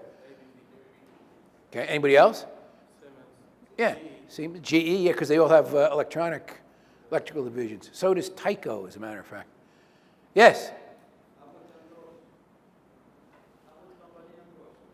Pharmaceutical. Who's your biggest competitor? Oh, Roche is your biggest competitor. Boy, and Roche, that takes me back to when I was a kid. Not too far from where I lived was a huge pharmaceutical complex. In those days, though, it was called Hoffman La Roche. And then they dropped the Hoffman and just became Roche. That's an old-time pharmaceutical organization, yeah. The point being, see, what you're demonstrating here is you are thinking strategically. How do you know these are your biggest competitors? That makes you a strategic employee, okay? Because you understand competitive advantage. The first thing in understanding competitive advantage is knowing who your biggest competitors are. And that's an important role, not just for you, but for HR as well. I've had people in some of my HR training courses, not MBA, but actual certification training. I would ask them, who's your biggest competitor? I don't know. Well, what kind of products do you make? These aluminum things, I don't know, they're all different shape. This person had absolutely no clue. She didn't know what their company made. She didn't know who their main competitors were. She didn't know where they sold their products. She didn't know where they buy their raw materials. All of those are critical when you're discussing competitive advantage. Know your business. That's what it's about. Know who your competitors are.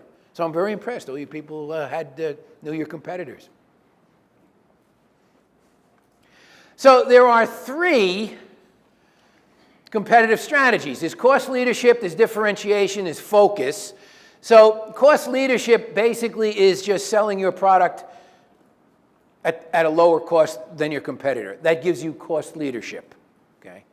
Differentiation, you provide something that is very unique in your product that people want and gives you an advantage over your competitors. That's called differentiation. Again, we're not going to get into the depths here because we just kind of give you a quick overview of strategy.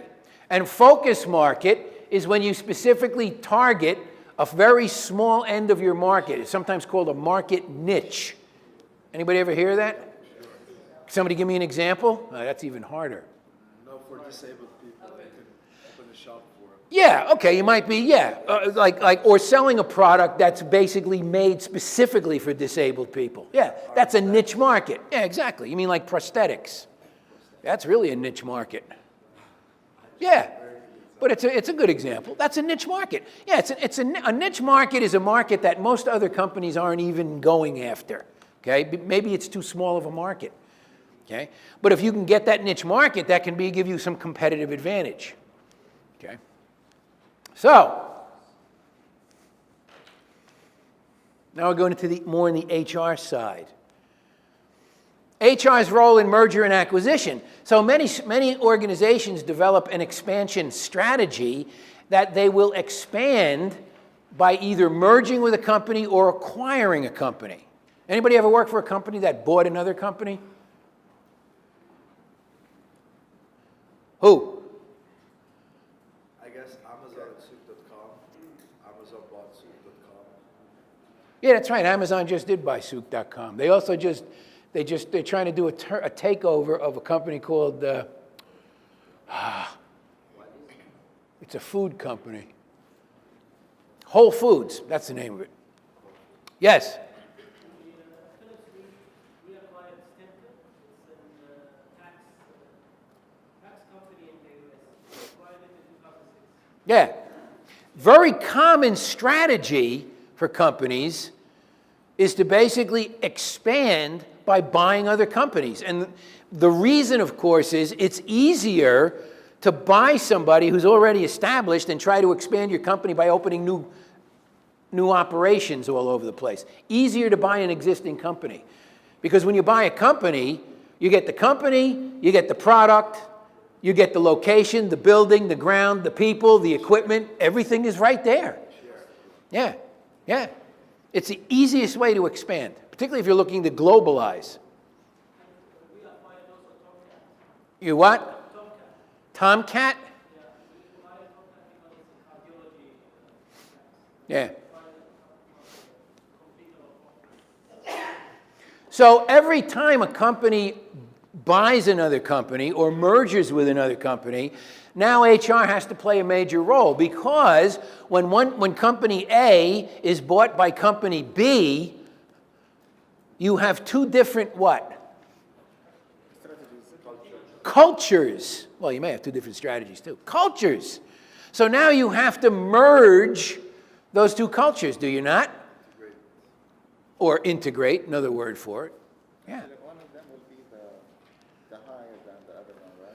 Yeah, typically, the buying company has the more dominant culture, and the company that's being bought has to be more submissive to that culture. Now, years ago, from an HR perspective, when I was working for Tyco International, Tyco used to buy no less than 3 companies per month. They went from a $3 billion corporation to a $12 billion corporation in about 3 years. And all of it was through acquisitions. They bought everybody. They had 5 distinct business units. One was electronics, one was plastics, one was safety controls, one was Tyco valves and controls, who I worked for. What's that? But the point is, so they bought companies in all those 5 segments constantly. The problem was, every time they bought a company, they didn't take time to merge the cultures. And that's a very difficult thing to have to do. So from an HR perspective, when you look at merger and acquisitions, there's certain things that HR has to do. Everybody sees these 4 things? You should remember them. They're very important. Get my drift? Very important. So in the merger and acquisition, the first thing HR has to do is prepare, which means, see, if HR is not a player on the strategic table, they have no idea that the company is planning a merger or acquisition. They don't even know about it, which is why they've got to be at that table. Preparation, identify issues, form and train teams, prepare for the change. Because you know, if your company is buying another company, there's going to be some level of integration of culture there, okay? And that's probably one of the most critical components of an acquisition. It's also one of the most hardest things to do. And through experience, I found personally, you really can't integrate 2 totally different business cultures. You'll spend the next 5 years trying to do it, and you won't be successful. Does that make sense? So how do you do it? You don't acquire different benefit. Well, when you buy the company, you kill their culture. You actually kill it. And then they take on your existing culture, but maybe they customize it for their own organization. That's really how you do it. It's very difficult to integrate 2 totally different cultures. Easier to kill one and then start a new one. I know that sounds crazy, but I'm talking from experience, because I had a lot of bad experience trying to integrate cultures in acquisitions. It's extremely difficult. Yes? What do you mean by process? Consider culture? Culture? Give an example where it's very difficult to merge the culture. Because if you look at organizational culture, it's a combination of different things. Every company has their own values, systems. They have their own philosophy, business philosophy. They have their own history. They have their own, if you will, sagas or legends. I mean, look at GE. When you think of GE, who's the biggest legend in GE? Well, if you're not familiar with GE, it's Jack Welch. Who's the biggest legend in Apple? Steve Jobs. All of that establishes that company's culture, okay?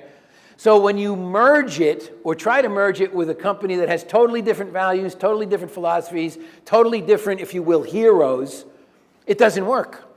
It can't blend. It's like trying to mix oil and water, okay? So the best thing to do is do a culture change in the company you're buying, which means you kill their old culture and let them establish a new culture that incorporates some of your buying organization cultural aspects. Make sense? I know that sounds a little heavy, and this isn't a culture class, but it's a very important HR aspect because HR is typically involved in that, okay? Did I answer your question? Yes. Oh, okay. So that's the first step. Know that you're in for a lot of work. The second step is something called due diligence. Anybody know what due diligence is? Anybody ever been involved in a merger or acquisition? Okay. Yes? Yes, I'm working for a company called 3M. Yeah, I know 3M. Yeah, we have acquired two companies. The first one is Capital Safety. It is also an American company. And recently, we have acquired another company called Scott Safety. What is the other one?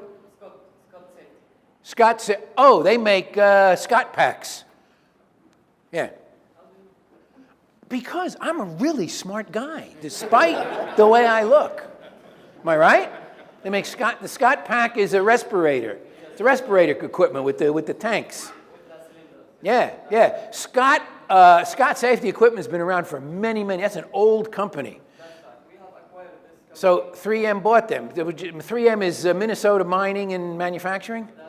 How do you know? I told you, I'm a smart guy.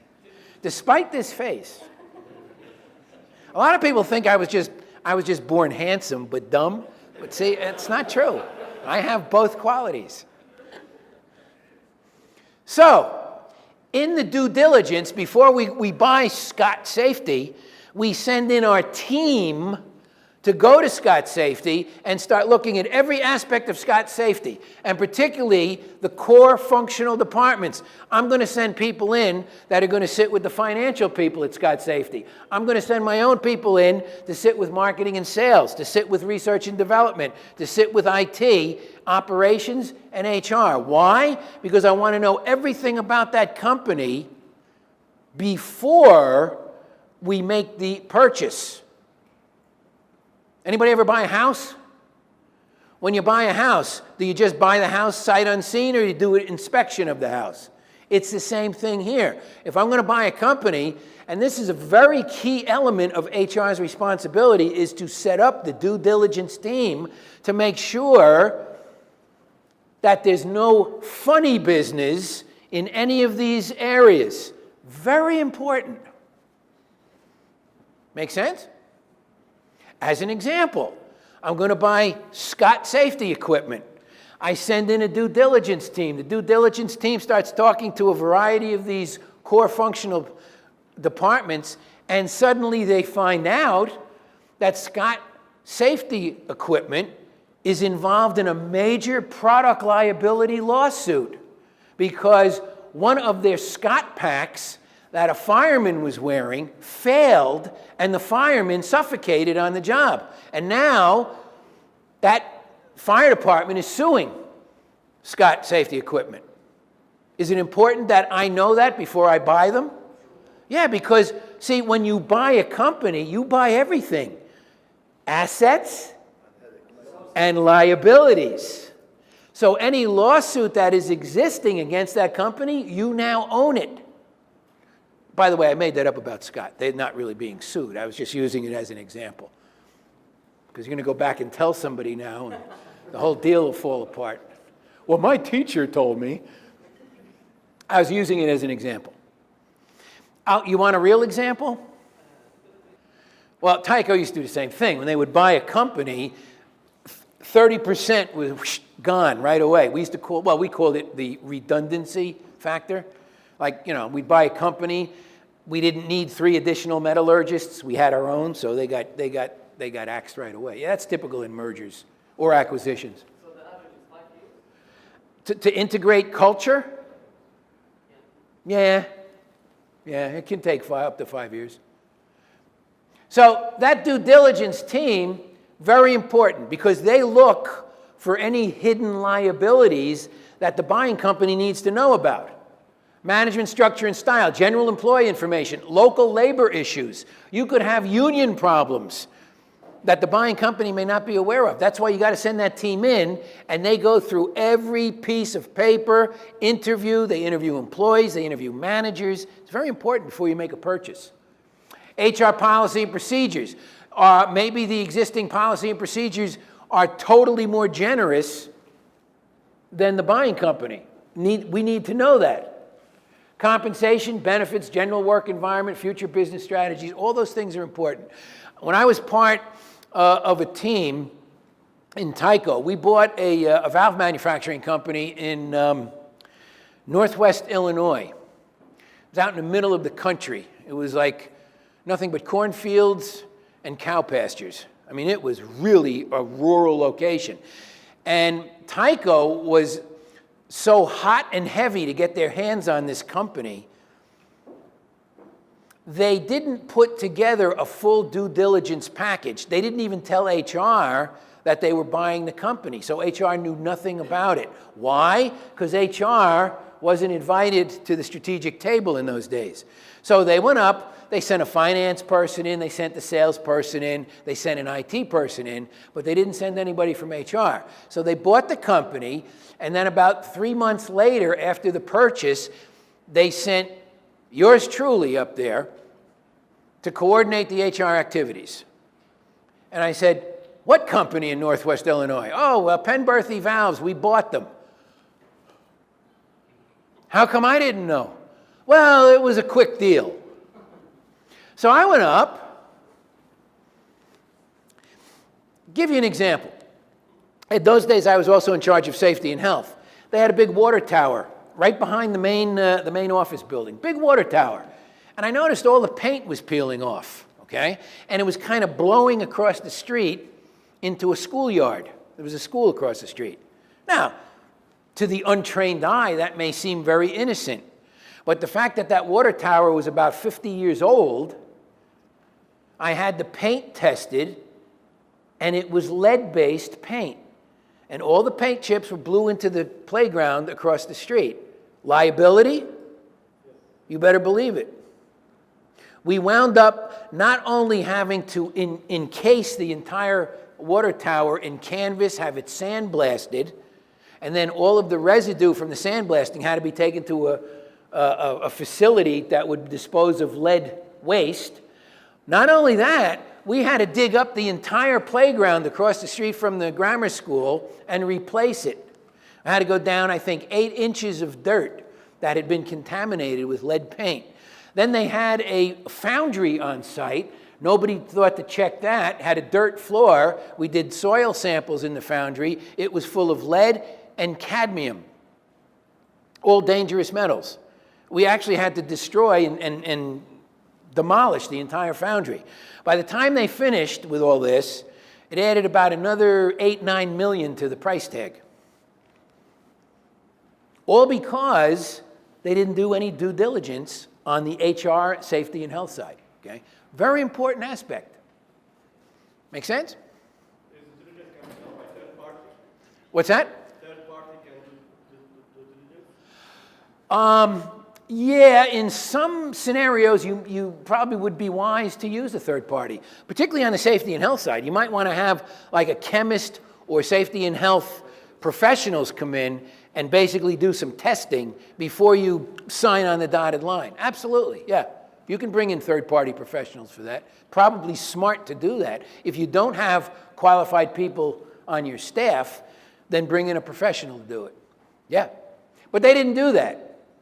So, plan integration. You have to have employee communication. There's going to be 30% of your workforce may get separated, Also, you may want to transfer some employees back and forth to the new location.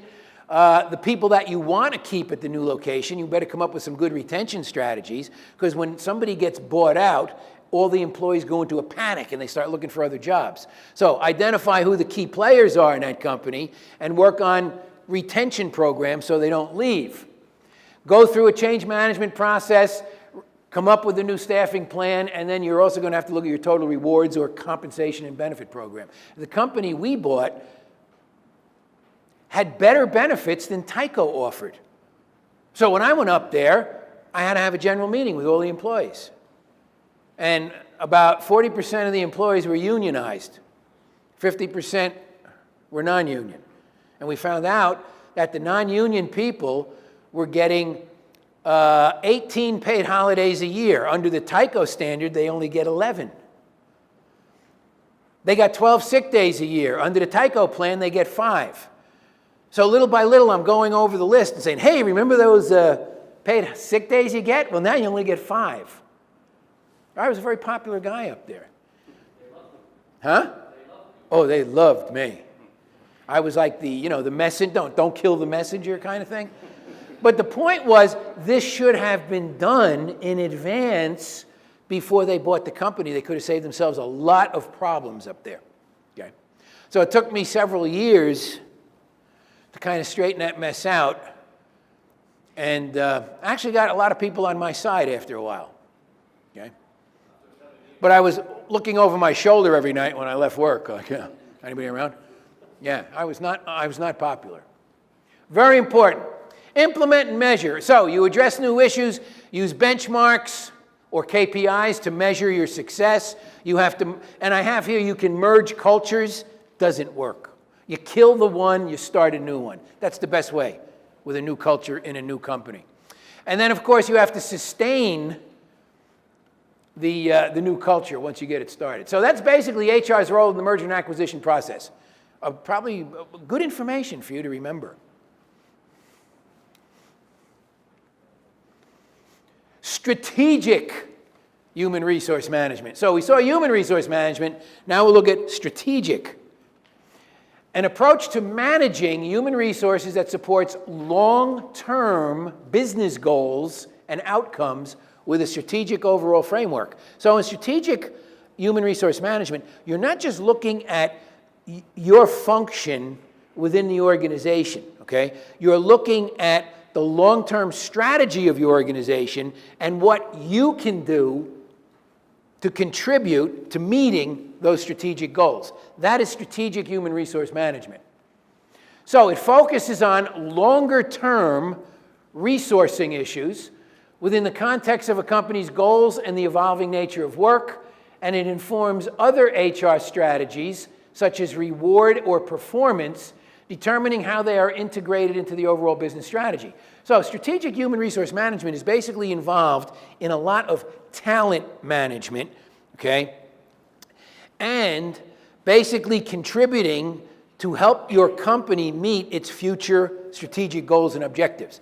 That's what it's about. It's not just about operating on a day-to-day, oh, let's solve this problem today and this problem tomorrow. You're looking ahead, okay? It's not, strategic human resource management is not tactical, it is not operational. It's strictly strategic, long-term view and vision, okay? Make sense? Anybody falling asleep yet?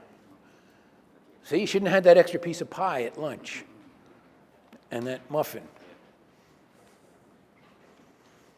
I'll give you another definition. This one,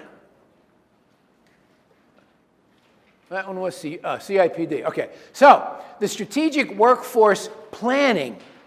So when I'm looking to, we talked about it earlier today, how do I know what employees I have right now and how do I know what employees I'm going to need in the future? So employees you have today is basically what we call your supply. Employees and skills you're going to need for tomorrow's jobs, meaning in the future, that is demand. So one is supply analysis and one is demand. You analyze what you've got now and you analyze what you're going to need in the future. That's basically strategic workforce planning. Is that easy enough to understand? Okay, so when you look at what you have, where are we right now? What do we have? what KSAs, what does KSA mean? Knowledge, skills, and abilities. Sometimes they call it knowledge, skills, and attitudes. I prefer knowledge, skills, and abilities. So where are they lacking and how do we meet our supply needs? When I look at the future requirements, where do we need to be as a company? What do we need? How many employees do we need? Are we growing or expanding as a company over the next few years? Or is the strategy retrenching? What does retrenching mean? I'm either expanding or retrenching. Shrinking. Who said that? Very good. Yeah, you're shrinking. You're cutting back, okay? So a lot of companies take a retrenchment strategy, particularly when you see the economy, local and global, going down. Typically, is a company going to start expanding then? Probably not.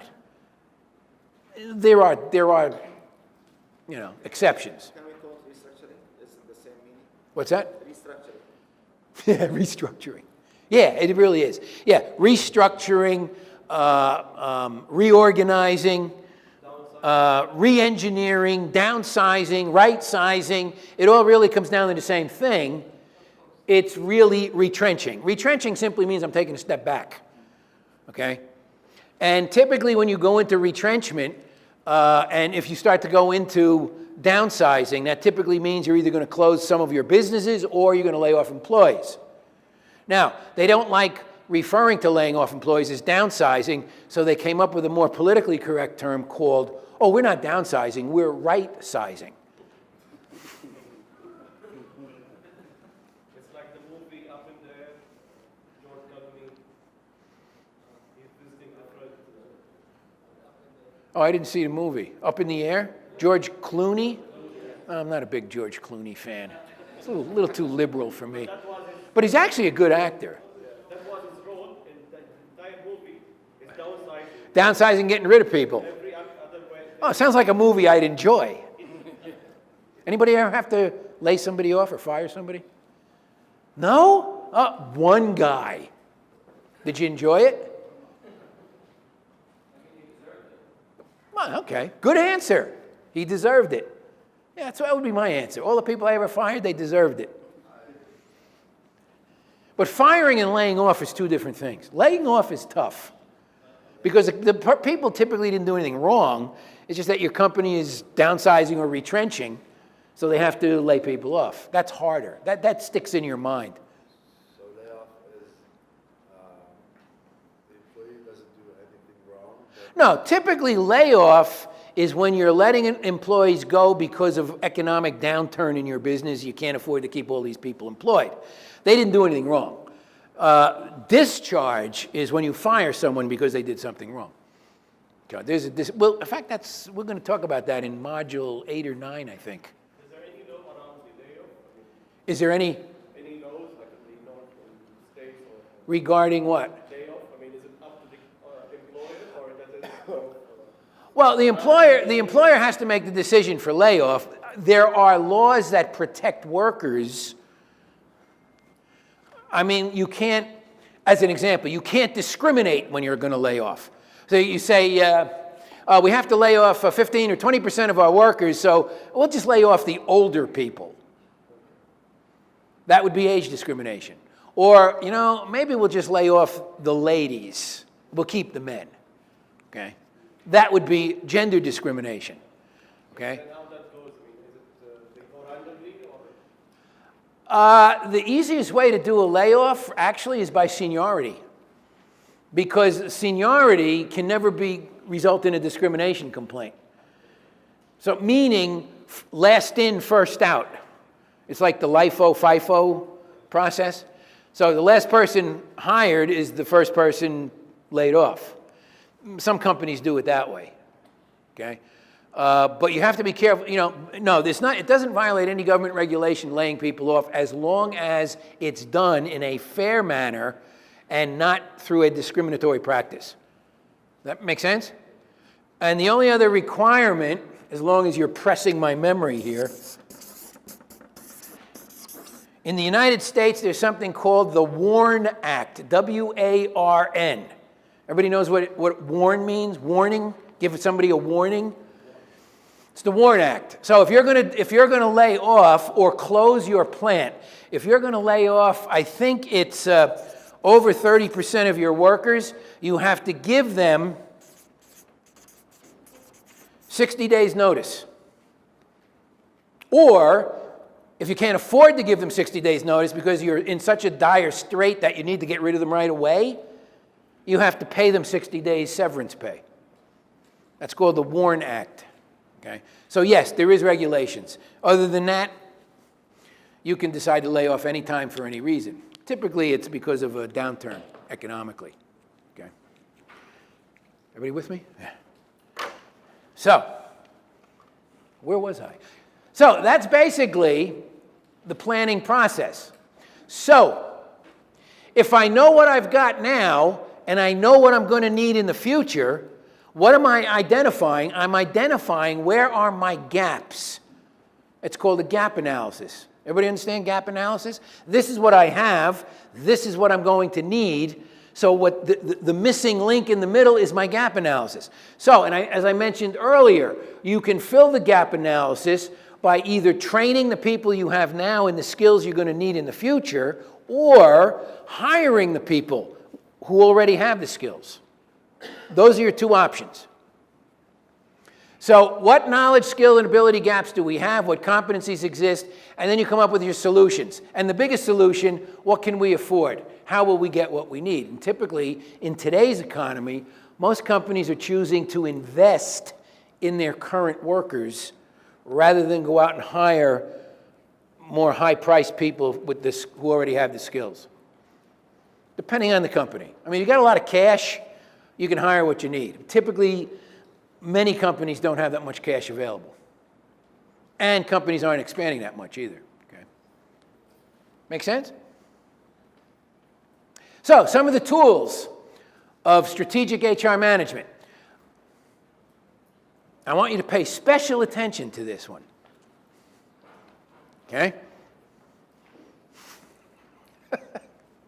Strategic tools. You have strategy map, HR scorecard, and something called a digital dashboard. And we talked about dashboards earlier. So a strategy map is a graphical tool that summarizes the chain of activities that contribute to a company's success.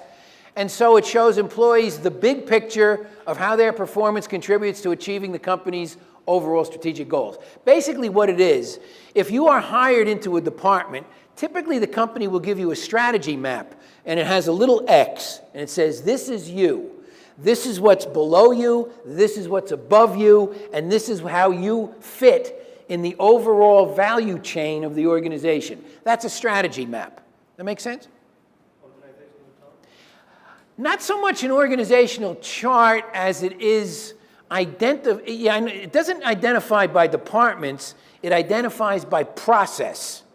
So if you're hired in the accounting function as an accounting clerk, okay, they show you everything that's coming into the department and what you do, and then how that contributes to the next step in the process. Okay? It basically allows employees to have a little bit of self-worth and value as to, what I do and what contribution I have in the big picture of the company. That's the strategy map. That make sense? And people will work better when they understand where they fit in the whole process. Okay? The next one is a HR scorecard, which is a process for managing employee performance and for aligning all employees with key objectives, assigning financial and non-financial goals, monitoring and assessing performance, quickly taking corrective action. Very similar to something I don't know if you guys use balanced scorecards? One guy, two guys. Okay. It's similar to the balanced scorecard, okay? But HR uses it, okay, to measure performance against financial goals and non-financial goals, okay? The digital dashboard presents the manager with desktop graphs and charts. This is what we talked about this morning. So he or she gets a picture of where the company has been, where it's going in terms of each activity in the strategy map, okay? That's the digital dashboard. It's just a quick overview of where we are. Profitability or loss. It may have safety and health information, workers' compensation, how many people were injured in the past 6 months. All of that is put into a graphic display. Okay? How many new hires, how many terminations, and so on. It's all put in a graphic display so that managers can get an idea of exactly where the company is. Okay? I'm going to show you some examples, by the way. So, metrics and measurements, we already saw this. It comes up again, so I put it in here. Yeah, it's the same slide, so don't worry about it. We already saw this, okay? But it comes up in this chapter again, which is why I included it again. Is it an important slide? Every slide's important. I wouldn't say it's overly important. You figure, gee, if he has it up twice, it must be important, right? No, it's just, it fits with the chapter. And I'll do that sometimes, just to fill the chapter out. But yes, you've already seen this, so we can kind of skip that.